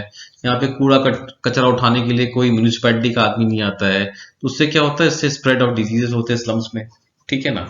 और डिजीज फैलते हैं तो लोग इलाज कराते हैं, पैसे खर्च करते हैं, तो उससे और भी पॉवर्टी जो होती है, और भी पॉवर्टी फैलती है। तो एक तरह से ये क्या होता है, एक विशियस साइकिल बन जाता है, ठीक है ना। फिर और क्या होता है, जो ये लोग, जो पुअर लोग रहते हैं आपके शहरों में, तो वो कोई नो, कोई हाई प्रोफाइल जॉब तो करते नहीं है, वो छोटे मतलब कम अर्निंग वाले जॉब, जैसे कि रिक्शा पुलर हो गया, कूली का जॉब हो गया, ये सब इस तरह की जॉब करते हैं। और ये इनफॉर्मल जॉब होता है, जैसे मैंने आपको पहले बताया। तो कोई सोशल सिक्योरिटी नहीं मिलती है इनको, सोशल सिक्योरिटी नहीं मिलती, तो इस तरह से बीमार पड़ गए या कुछ आपका क्या कहते हैं, उनकी जॉब नौकरी चली गई, तो उनको कोई कंपनसेशन नहीं मिलता उसके बदले, ठीक है ना। और स्कूल, पार्क्स, क्लब्स, इनमें क्या होता है, गरीबों और अमीरों के बीच में बहुत फर्क किया जाता है, क्लास डिवीजन बन जाता है। और ये जान ले कि ये this is not just specific to India, ठीक है ना। ऐसा नहीं कि इंडिया में ही ऐसा होता है, वर्ल्ड के किसी भी कंट्री में आप चले जाए, आप यूएस चले जाए, न्यूयॉर्क सिटी चले जाए, जो वर्ल्ड का सबसे डेवलप सिटी माना जाता है, वहां भी ऐसे सिचुएशन आपको देखने को मिल जाएंगे। वहां भी स्लम्स है, वहां भी इलीगली लोग रह रहे हैं, वहां भी बहुत सारे ऐसे लोग हैं जिनके पास सोशल सिक्योरिटी नहीं है। क्लास डिवीजन तो इंडिया में तब भी बहुत कम है, हमारे संस्कार अच्छे हैं। अब यूएस जाके देखें तो वहां तो क्लास डिवीजन बहुत ज्यादा होता है, ठीक है ना। तो ये रीजंस हो गए कि हाउ क्या कहते हैं, अब जो पुअर है वो और भी ज्यादा मार्जिनलाइज्ड हो रहे हैं अर्बनाइजेशन से, ठीक है ना। और एक दो पॉइंट मैंने यहाँ लिख रखा है कि जो अपर क्लास है या आपकी पुलिस भी है, वो जो स्लम्स में लोग रहते हैं इलीगली, उनको क्रिमिनली समझते हैं, ठीक है ना। अगर आपने जाके बोल दिया कि उस स्लम में किसी ने मेरा मतलब, आप जाके आप एक स्लम के आदमी हो, आप जाओगे पुलिस स्टेशन में कि भैया मेरा बटुआ चोरी हो गया, वो सीधा आपको उठ के बोलेगा कि नहीं नहीं, जाओ कि तुम्हारे घर के आसपास देखो, तुम सब तो चोरी हो। एटीट्यूड यही रहता है, ठीक है ना, कि स्लम्स में जो रह रहे हैं वो काइंड ऑफ क्रिमिनल नेचर के लोग ही होंगे, ठीक है ना। तो इसलिए they do not get access to justice easily, ये भी एक रीजन है कि उनके मार्जिनलाइजेशन का, ठीक है ना। तो ये क्वेश्चन ने पूछा नहीं गया है, बट आपको लिखना चाहिए कि इस गैप को हम मिनिमाइज कैसे कर सकते हैं, ठीक है ना। तो जो सर्विसेज है गवर्नमेंट के, उसका एक्सेस अच्छे से तरीके से दे, जो कॉमन सर्विस सेंटर्स है वो खोला जाए। गवर्नमेंट अगर एजुकेशन फ्री में प्रोवाइड करा रही है तो उसका एक्सेस उन्हें मिले, गवर्नमेंट अगर फ्री में हेल्थ केयर प्रोवाइड करा रही है तो उसका उनको एक्सेस मिले, ठीक है ना। सोशल सेफ्टी नेट वगैरह जो है उनको मिले वो, कि बहुत सारे अब तो पेंशन ऐसे स्कीम आ गए हैं, ठीक है ना। ऐसे पेंशन स्कीम्स आ गए, गवर्नमेंट ने लेके आए हैं, हॉकर्स के लिए लेके आए हैं, जो रोड साइड वेंडर्स होते हैं उनके लिए क्या कहते हैं, गवर्नमेंट ने पेंशन या सोशल सिक्योरिटी स्कीम्स लाई, अटल पेंशन योजना इन जनरल सबके लिए है। तो ऐसे सोशल सिक्योरिटी स्कीम सबके लिए लाई, यूनिवर्सलाइजेशन हो इन स्कीम्स का, ठीक है ना। फाइनेंशियल इंक्लूजन गवर्नमेंट ने बहुत अच्छे तरीके से किया, और भी करना चाहिए। बैंक अकाउंट सबके खुल गए हैं, सबका इंश्योरेंस हो रहा है, ठीक है ना। तो फाइनेंशियल इंक्लूजन हो, और अफोर्डेबल एजुकेशन, हेल्थ, सबसे जरूरी है अफोर्डेबल हाउसिंग मिले, ठीक है ना। अफोर्डेबल हाउसिंग, उसके लिए गवर्नमेंट ने PM Awas Yojana urban launch किया है। इसकी तरह मिडिल क्लास फैमिली जो है उनको बहुत सस्ते रेट पे घर मिल रहा है, या गवर्नमेंट खुद लोन दे रही है, पैसे दे रही है कि आप घर बनाए अपना, ठीक है ना। तो ये सब सारी बातें हो जाती है। और जो सबसे इम्पोर्टेंट बात जो मैं बोलना चाहूंगा वो ये है कि जो माइग्रेशन हो रहा है रूरल से अर्बन, उसको चेक करना बहुत जरूरी है, क्योंकि हर कोई जाके शहर में नहीं रह सकता है। और लोग शहर जाते क्यों, क्योंकि गांव में उतनी एम्प्लॉयमेंट अपॉर्चुनिटी नहीं है। तो अगर उस फैक्टर को अगर आप चेक कर ले, तो बहुत हद तक शहरों की समस्या कम हो जाएगी, ठीक है ना। तो इस पॉइंट को भी आप कंक्लूजन में लिख सकते हैं, ठीक है। चलिए अब आते हैं क्वेश्चन नंबर 19 की तरफ। ये क्वेश्चन बोल रहा है कि जो why is caste identity in India both fluid and static, ठीक है ना। आपको ये बताना है कि जो कास्ट आइडेंटिटी है, जो कास्ट है हमारे यहाँ, वो बहुत ऐसा नहीं है कि रिजिड है, और ऐसा भी नहीं है कि बहुत लचीला है, ठीक है ना। तो ये कहीं ना कहीं मिक्सचर ऑफ बोथ है, ठीक है ना। तो आपको ये बताना है कि कैसे है ये, क्यों है ये। तो ऑब्वियसली इसका जो आपका कीवर्ड होगा वो हो जाएगा कास्ट आइडेंटिटी, ठीक है ना। तो इंट्रोडक्शन क्या होगा कि कास्ट आइडेंटिटी, हमारे कास्ट जो है वो हमारे देश में बहुत इंपॉर्टेंस रखती है। उसका पॉलिटिकल सिग्निफिकेंस है, सोशल सिग्निफिकेंस है, ठीक है ना, इकोनॉमिकल सिग्निफिकेंस है। तो इंट्रोडक्शन में आपको ये बताना है कि इंपॉर्टेंस ऑफ कास्ट आइडेंटिटी क्या होता है, क्योंकि आप कास्ट को डिफाइन नहीं कर सकते। अगर आप सोचिए डेफिनेशन लिखते हैं, कास्ट का कोई डेफिनेशन नहीं होता है इंडियन सोसाइटी में, तो होता ही नहीं है, ठीक है ना। हम तो वर्ण सिस्टम को मानते हैं, कास्ट का सिस्टम जो है वो एक वेस्टर्न कंसेप्ट है, तो उसका डेफिनेशन लिखना यहाँ प्रॉपर नहीं होगा। अब क्या है, हमको आंसर को दो पार्ट में डिवाइड करना पड़ेगा। पहले पार्ट में आपको क्या करना पड़ेगा, आपको बताना पड़ेगा कि कास्ट आइडेंटिटी जो है वो फ्लूइड कैसे है, ठीक है ना, फ्लूइड कैसे है। तो वो आप कैसे बताएंगे, क्या रीजन इसके बिहाइंड। तो पहली बात है अर्बनाइजेशन हो गई। अब शहरों में आप देखोगे कि जो कास्ट आइडेंटिटी है बहुत हद तक डाइल्यूट हो गई है। हमें नहीं पता होता कि हमारा पड़ोसी कौन से कास्ट का है, ठीक है ना, हमें ये नहीं पता होता। हम अगर बस में ट्रैवल कर रहे हैं, हमें नहीं पता कि हमारे बगल का जो पैसेंजर बैठा हुआ है कौन से कास्ट का है। अगर हम ट्रेन में ट्रैवल, मेट्रो में ट्रैवल कर रहे हैं, हम खड़े खड़े दो जने एक साथ खड़े हैं, हो सकता है कि उनमें से कोई अपर कास्ट हो, कोई लोअर कास्ट हो, बट लोग केयर नहीं करते अब। तो अर्बनाइजेशन एक बहुत बड़ा रीजन है कि जो कास्ट आइडेंटिटी है वो फ्लूइड होते जा रही है। ठीक है ना। उसके बाद आता है सोशल मोबिलिटी। सोशल मोबिलिटी में क्या है कि बहुत अब एजुकेशन वगैरह का ग्रोथ इतना ज्यादा हो गया है कि आप किसी भी कास्ट में क्यों ना हो, अगर आपके अंदर कैपेबिलिटी है तो आप बेस्ट ऑफ द अपॉर्चुनिटी को ग्रैब कर सकते हैं। ठीक है ना। जैसे कि आप एग्जांपल देख सकते हैं डॉक्टर बाबा साहब अम्बेडकर का।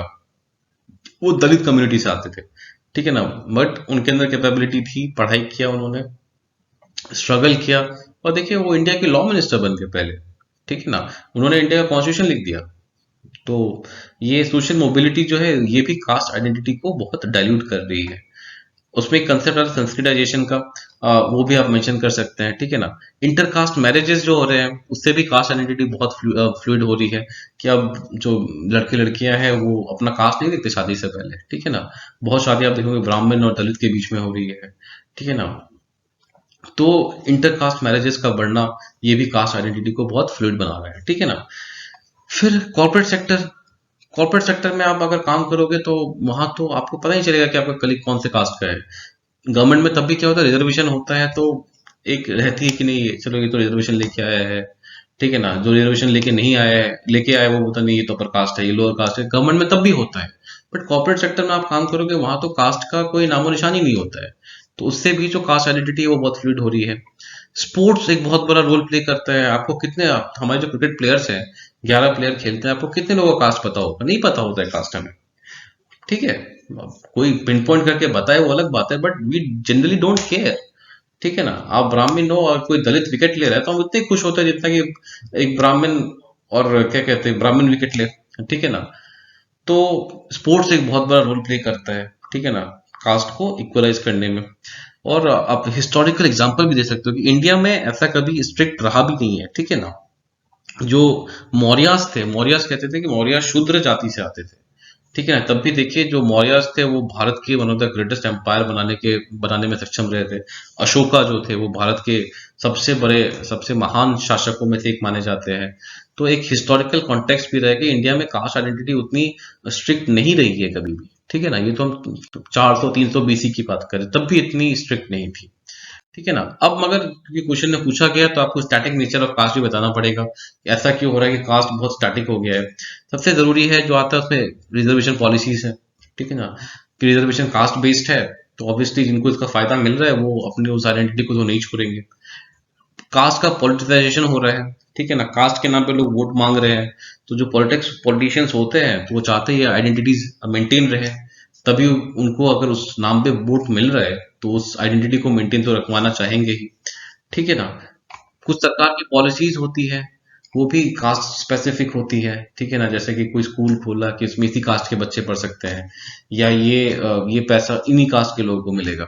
ठीक है ना। तो कुछ पॉलिसी स्टेट की जो होती है वो कास्ट स्पेसिफिक होती है। तो इसलिए भी लोग अपनी कास्ट आइडेंटिटी को नहीं छोड़ना चाहते हैं और स्टैटिक बनता जा रहा है। कास्ट बेस्ड ऑर्गेनाइजेशंस बहुत बढ़ के आ गई हैं। ठीक है ना।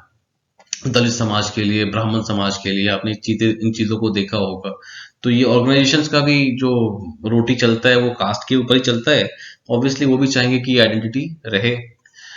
कुछ जॉब्स है उनका स्टीरियोटाइपिंग हो गया है समाज में। जैसे कि आप देखेंगे जो ये मैनुअल स्केवेंजिंग होता है तो इसमें ये जनरली जो नीचे कास्ट के लोग होते हैं, जो दलित होते हैं, वही इस तरह के जॉब करते हैं। ठीक है ना। जो पुजारी का काम है मंदिर में, तो मोर और लेस वो जो ब्राह्मण कास्ट से लोग आते हैं वही वो काम करते हैं। ठीक है ना। तो कुछ जॉब्स का स्टीरियोटाइप हो गया है तो इसलिए भी कास्ट आइडेंटिटी कहीं ना कहीं स्ट्रिक्ट हो गई है। ठीक है ना। तो कंक्लूजन में आप क्या कर सकते हैं, मैंने लिखा है क्या, you can conclude by conforming with the question. Conforming with the question का मतलब क्या है? क्वेश्चन ओरिजिनली क्या पूछ रहा था? क्वेश्चन बोल रहा था कि इंडिया में कास्ट आइडेंटिटी फ्लूइड भी होती है, स्टैटिक भी होती है। ठीक है ना। तो आप कंफर्म कर सकते हैं हाँ, based on the above analysis we can very well say that caste identity in India is both static and fluid. ठीक है। चलिए अब बढ़ते हैं हम क्वेश्चन नंबर 20। तो चलिए बढ़ते हैं क्वेश्चन नंबर 20 की ओर। तो 20 में ये पूछ रहे हैं कि बोल रहे हैं कि जो पोस्ट लिबरल इकोनॉमी है उसका क्या इम्पैक्ट पड़ा है आपके एथनिक आइडेंटिटी पे और कॉमनलिज्म पे। कि मतलब कि जो संजातीय पहचान है और सांप्रदायिकता है उस पे उत्तर उदारवादी अर्थव्यवस्था के प्रभाव की विवेचना कीजिए। डिस्कस करना है। तो डिस्कस में मैंने क्या बताया था आपको, जब हम डायरेक्टिव्स पढ़ रहे थे, डिस्कस में क्या होता था, डिस्कस में होता था कि आप उस क्वेश्चन के रिलेटेड जो भी फैक्ट्स आपको पता है आप सब लिख दें। ठीक है ना, डिस्कस में हम ये करते थे। आपने, अगर आप हमारा पहला वीडियो देखा होगा आपने, वहां पे हमने कुछ डायरेक्टिव्स और उसके मतलब बताए थे, जैसे कि discuss, comment, analyse, critically analyse, इसका क्या मतलब होता है। ठीक है ना, तो डिस्कस में हम क्या करते हैं, डिस्कस में हम ये करते हैं कि जो भी क्वेश्चन के वर्ड्स है उसके रिलेटेड जो भी फैक्ट्स पता है हमें, डिटेल फैक्ट्स, वो हमें बताने होते हैं। सबसे पहले हमें कीवर्ड पता करना है। तो कीवर्ड क्या हो गया इसमें, कीवर्ड हो गया इसमें आपका पोस्ट लिबरल इकोनॉमी। ठीक है ना, पोस्ट लिबरल इकोनॉमी को आप डिफाइन कीजिए। क्या लिखेंगे आप इसमें, it started in India after the reforms of 1991 whereby the concept of free market was introduced and privatization was promoted by the government of India. ठीक है ना, मतलब फ्री मार्केट आ गई थी, मतलब मार्केट को पूरी छूट दे दी गई थी। गवर्नमेंट जो थी वो अपने मतलब सर्विसेज से वापस आ रही थी। जैसे कि आप पहले सर्विसेज जो गवर्नमेंट प्रोवाइड करती थी, जैसे टेलीकॉम हो गया, टेलीकॉम सर्विस पहले गवर्नमेंट प्रोवाइड करती थी, बट 1991 के बाद क्या हुआ, गवर्नमेंट ने टेलीकॉम सर्विस देना बंद कर दिया, प्राइवेट कंपनीज आ गई। ठीक है ना, तो ये हो गया पोस्ट लिबरल इकोनॉमी का डेफिनेशन। ठीक है ना, तो पहले पार्ट में हम क्या करना है, हमें हमें डिस्कस करना है impact of post liberal economy on the ethnic identity. तो उसके लिए आपको पहले डिफाइन क्या कहते हैं, आपको समझना पड़ेगा एथनिक आइडेंटिटी होती क्या है। एथनिक आइडेंटिटी क्या होती है, एथनिक आइडेंटिटी आपकी होती है कि जैसे तमिल हो गए, ये एक एथनिक आइडेंटिटी है। ठीक है ना, आपके बाद जैसे नॉर्थ ईस्ट के लोग हो गए, वो एक एथनिक आइडेंटिटी हो गई। बंगाली एक एथनिक आइडेंटिटी हो गई। दो एक लैंग्वेज भी है, बट एक एथनिसिटी भी उसमें इंक्लूड हो जाती है। तो उसके ऊपर क्या इम्पैक्ट पड़ा पोस्ट लिबरल इकोनॉमी का, वो हमें समझाना है। तो जैसे कि मैंने यहाँ लिखा है कि enhance representation of different ethnic community due to internet revolution. अब क्या हुआ, जो भी जैसे ट्राइबल्स थे और सुदूर जैसे नॉर्थ ईस्ट में लोग रह रहे थे, तो पहले उन एथनिक कम्युनिटीज को लोग जानते भी नहीं थे, बट इंटरनेट आने के बाद लोग वहां गए, उनके उनके ऊपर वीडियोस बने, उन्होंने वीडियोस बनाए, सोशल मीडिया प्लेटफॉर्म्स पे डाले, तो उनकी पहचान बढ़ी, उनकी रिप्रेजेंटेशन बढ़ी। आज के डेट में आप देखोगे कि जैसे कि इंडिया के बहुत सारे स्पोर्ट्स प्लेयर हैं, जैसे कि मेरी कॉम हो गई, वो मणिपुर से आती है, एक मणिपुर एथनिसिटी से आती है, तो वो अब इंटरनेशनल पोडियम पे भारत का नाम रोशन कर रही है, क्योंकि ये पोस्ट लिबरल इकोनॉमी के बाद ही ऐसे मतलब चेंजेस आए कि उन उन जैसे लोगों को भी मौका मिला अपने टैलेंट को दिखाने के लिए। ठीक है ना, उनकी एजुकेशन लेवल में राइज हुआ है, हर हर एथनिक कम्युनिटी के एजुकेशन लेवल में राइज हुआ है, क्योंकि गवर्नमेंट पॉलिसीज बहुत सारे ऐसी आई हैं, जैसे कि आप एकलव्य स्कीम आप देख लो, जहाँ पे ट्राइबल बच्चों को फ्री ऑफ द कॉस्ट पढ़ाया जाता है, कस्तूरबा गांधी स्कूल खोला गया है। ऐसे नॉर्थ ईस्ट में कई सारे प्रोजेक्ट चल रहे हैं, जिसके थ्रू जो एथनिक कम्युनिटी, हर एथनिक कम्युनिटी के बच्चों को अच्छा लेवल ऑफ एजुकेशन मिल रहा है। ठीक है ना, एथनिक कम्युनिटी जहाँ पे रहती है, ये एथनिसिटी जहाँ पे रहते हैं, ये मतलब इन एथनिसिटी के लोग जहाँ पे रहते हैं, वहाँ पे टूरिज्म के वजह से क्या हो रहा है, डेवलपमेंट बहुत ज्यादा हो रहा है, इकोनॉमिक डेवलपमेंट बहुत बढ़ रहा है। तो ये कुछ इम्पैक्ट पड़ा है आपका क्या बोलते हैं पोस्ट लिबरल इकोनॉमी का एथनिसिटी पे। अब हम आते हैं कम्युनलिज्म पे। एक सेकंड में एक चीज भूल गया कि आप ठीक है, चलिए कम्युनलिज्म से आने से पहले कुछ निगेटिव इम्पैक्ट भी बता सकते हैं कि डिस्पैरिटी बढ़ रही है। कैसे बढ़ रही है, आपको पता है फ्री मार्केट हो गया। फ्री मार्केट में क्या होता है कि जो इनइक्विटेबल डिस्ट्रीब्यूशन ऑफ वेल्थ जो हमने पहले भी देखा था, वो हो रहा है, तो उससे डिस्पैरिटी बढ़ रही है, कल्चरल डाइल्यूशन हो रहा है। ठीक है ना, वेस्टर्न इम्पैक्ट, वेस्टर्नाइजेशन हो रहा है, तो हमारे जो एथनिक कल्चर्स थे, एथनिक रिचुअल्स थे, उसको हम कहीं ना कहीं छोड़ रहे हैं, भूल रहे हैं। लैंग्वेज, हमारे एथनिक लैंग्वेजेस जो थे वो हम भूल रहे हैं, उनको बचाने वाला कोई नहीं बचा। अब हम इंग्लिश सीख रहे हैं या कोई यूनिवर्सल लैंग्वेज सीख रहे हैं, तो हमारा जो लोकल लैंग्वेज था उसका डेथ हो रहा है। लोकल कल्चर, लोकल डांस, फोक सिंगिंग, वो गायब कहीं ना कहीं होती जा रही है। फिर उसके बाद ये पोस्ट लिबरल इकोनॉमी के बाद सबसे बड़ी चीज है डेवलपमेंट बहुत हो गई, जैसे इंफ्रास्ट्रक्चर बन रहा है, तो इंफ्रास्ट्रक्चर बनने की वजह से displacement of the local people ज्यादा हो रहा है। ठीक है, जंगलों को काटना पड़ रहा है या लैंड ऑक्यूपाई करना पड़ता है रोड्स बनाने के लिए, और भी अदर इंफ्रास्ट्रक्चर बनाने के लिए, तो उसका डिस्प्लेसमेंट बढ़ रहा है। ये हो गया negative impact post liberal economy का, किसके ऊपर, एथनिसिटी के ऊपर। अब हम आते हैं आपके कम्युनलिज्म के ऊपर। कम्युनलिज्म क्या होता है, कम्युनलिज्म यह होता है जब हम दो रिलीजन के बारे में बात कर रहे हैं, तो वो हो गया आपका कम्युनलिज्म। तो इसका पॉजिटिव इम्पैक्ट क्या हुआ है, तो प्राइवेट सेक्टर का ग्रोथ हुआ है। प्राइवेट सेक्टर का ग्रोथ होने से मतलब क्या हुआ, कॉर्पोरेट सेक्टर बढ़े हैं। तो वहां पे अब हम जो ये कॉम्युनल डिफरेंसेस हुआ करते थे, जैसे हिंदू मुस्लिम, ये सब नहीं होता है। प्राइवेट सेक्टर, प्राइवेट कंपनीज में आप कॉर्पोरेट सेक्टर में जाएंगे तो वहां पे ऐसे डिफरेंसेस आपको देखने को नहीं मिलेंगे। अर्बनाइजेशन जो है उससे भी बहुत फायदा मिला है ये कम्युनल डिफरेंसेस कम होने में। अब क्योंकि आप देखोगे अर्बन सेंटर्स ऐसे बन गए हैं, अपार्टमेंट सिस्टम आ गया है, कॉलोनीज बन रही है जहां पे हर धर्म के लोग एक साथ रह रहे हैं, ठीक है ना। इंटरफेथ मैरिजेस हो रहे हैं, आप देखोगे बहुत फेमस सेलिब्रिटीज हैं वो भी इंटरफेथ मैरिज करते हैं। और इनफैक्ट अब ये interfaith marriages not just upper strata of society में नहीं, अब ये नीचे पॉपुलेट कर गया, नीचे लेवल के लोग भी अब इंटरफेथ मैरिजेस कर रहे हैं, जो कि बहुत अच्छी बात है। एनजीओ का ग्रोथ हो रहा है। ये एनजीओ किस चीज में हेल्प करते हैं, इंटर कम्युनिटी डायलॉग करवाने में हेल्प करते हैं, अमन की आशा टाइप, ठीक है ना। जहाँ पे हिंदू मुस्लिम सबके, जैसे हिंदू के पंडित हो गए, मुस्लिम के मौलवी हो गए, ये एक साथ बैठते हैं, बातें करते हैं, अगर कोई कोई डिफरेंसेस है उनको थ्रू टॉक्स उसको ठीक करवाते हैं, उसको सुलझाते हैं, ठीक है। कुछ नेगेटिव इम्पैक्ट यहाँ भी आपको लिखना पड़ेगा। घेटोइजेशन, घेटोइजेशन क्या होता है कि शहर में आप बहुत जगह ऐसा देखा गया है कि जो कुछ कम्युनिटी है, अगर मान लीजिए वहां पे मुस्लिम पॉपुलेशन मेजोरिटी में है, तो जो हिंदू होंगे वो एक छोटा सा एरिया ले लेंगे अपने साथ और वहीं पे एक साथ रहेंगे। एक डर भी रहता है, डर का माहौल रहता है कि कहीं ये कुछ ना कर दे। सिमिलरली अगर हिंदू मेजोरिटी में है तो मुस्लिम क्या करेंगे, एक छोटा सा एरिया ले लेंगे, वहां पे ही सारे लोग रहेंगे। उसको हम बोलते हैं घेटोइजेशन। तो घेटोइजेशन से जो इंटरमिंगलिंग होनी चाहिए वो बहुत बहुत हद तक नहीं हो पा रही है, ठीक है ना। उसके बाद है पॉलिटिसाइजेशन।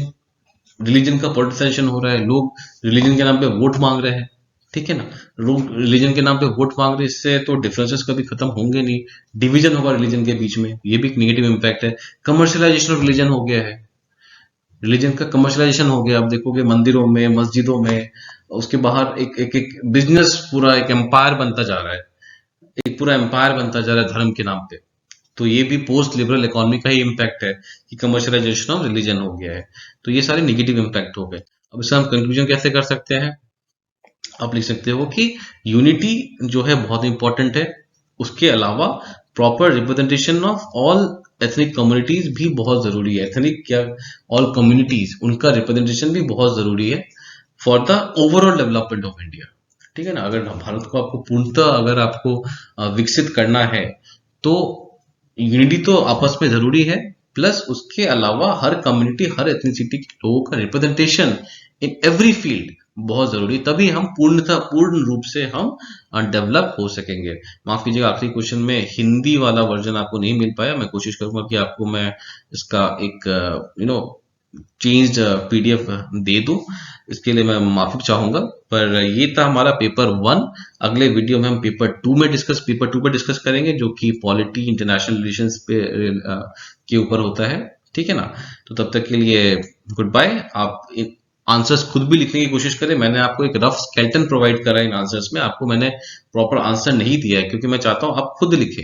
मैं आपको बस एक रफ आइडिया देना चाहता हूं, क्योंकि आप देखो इस वीडियो इनिशिएटिव का नाम है art of writing answer, not the answer itself, ठीक है ना। तो मैं आपको आर्ट दिखाने की कोशिश कर रहा हूं कि आप खुद से लिखें।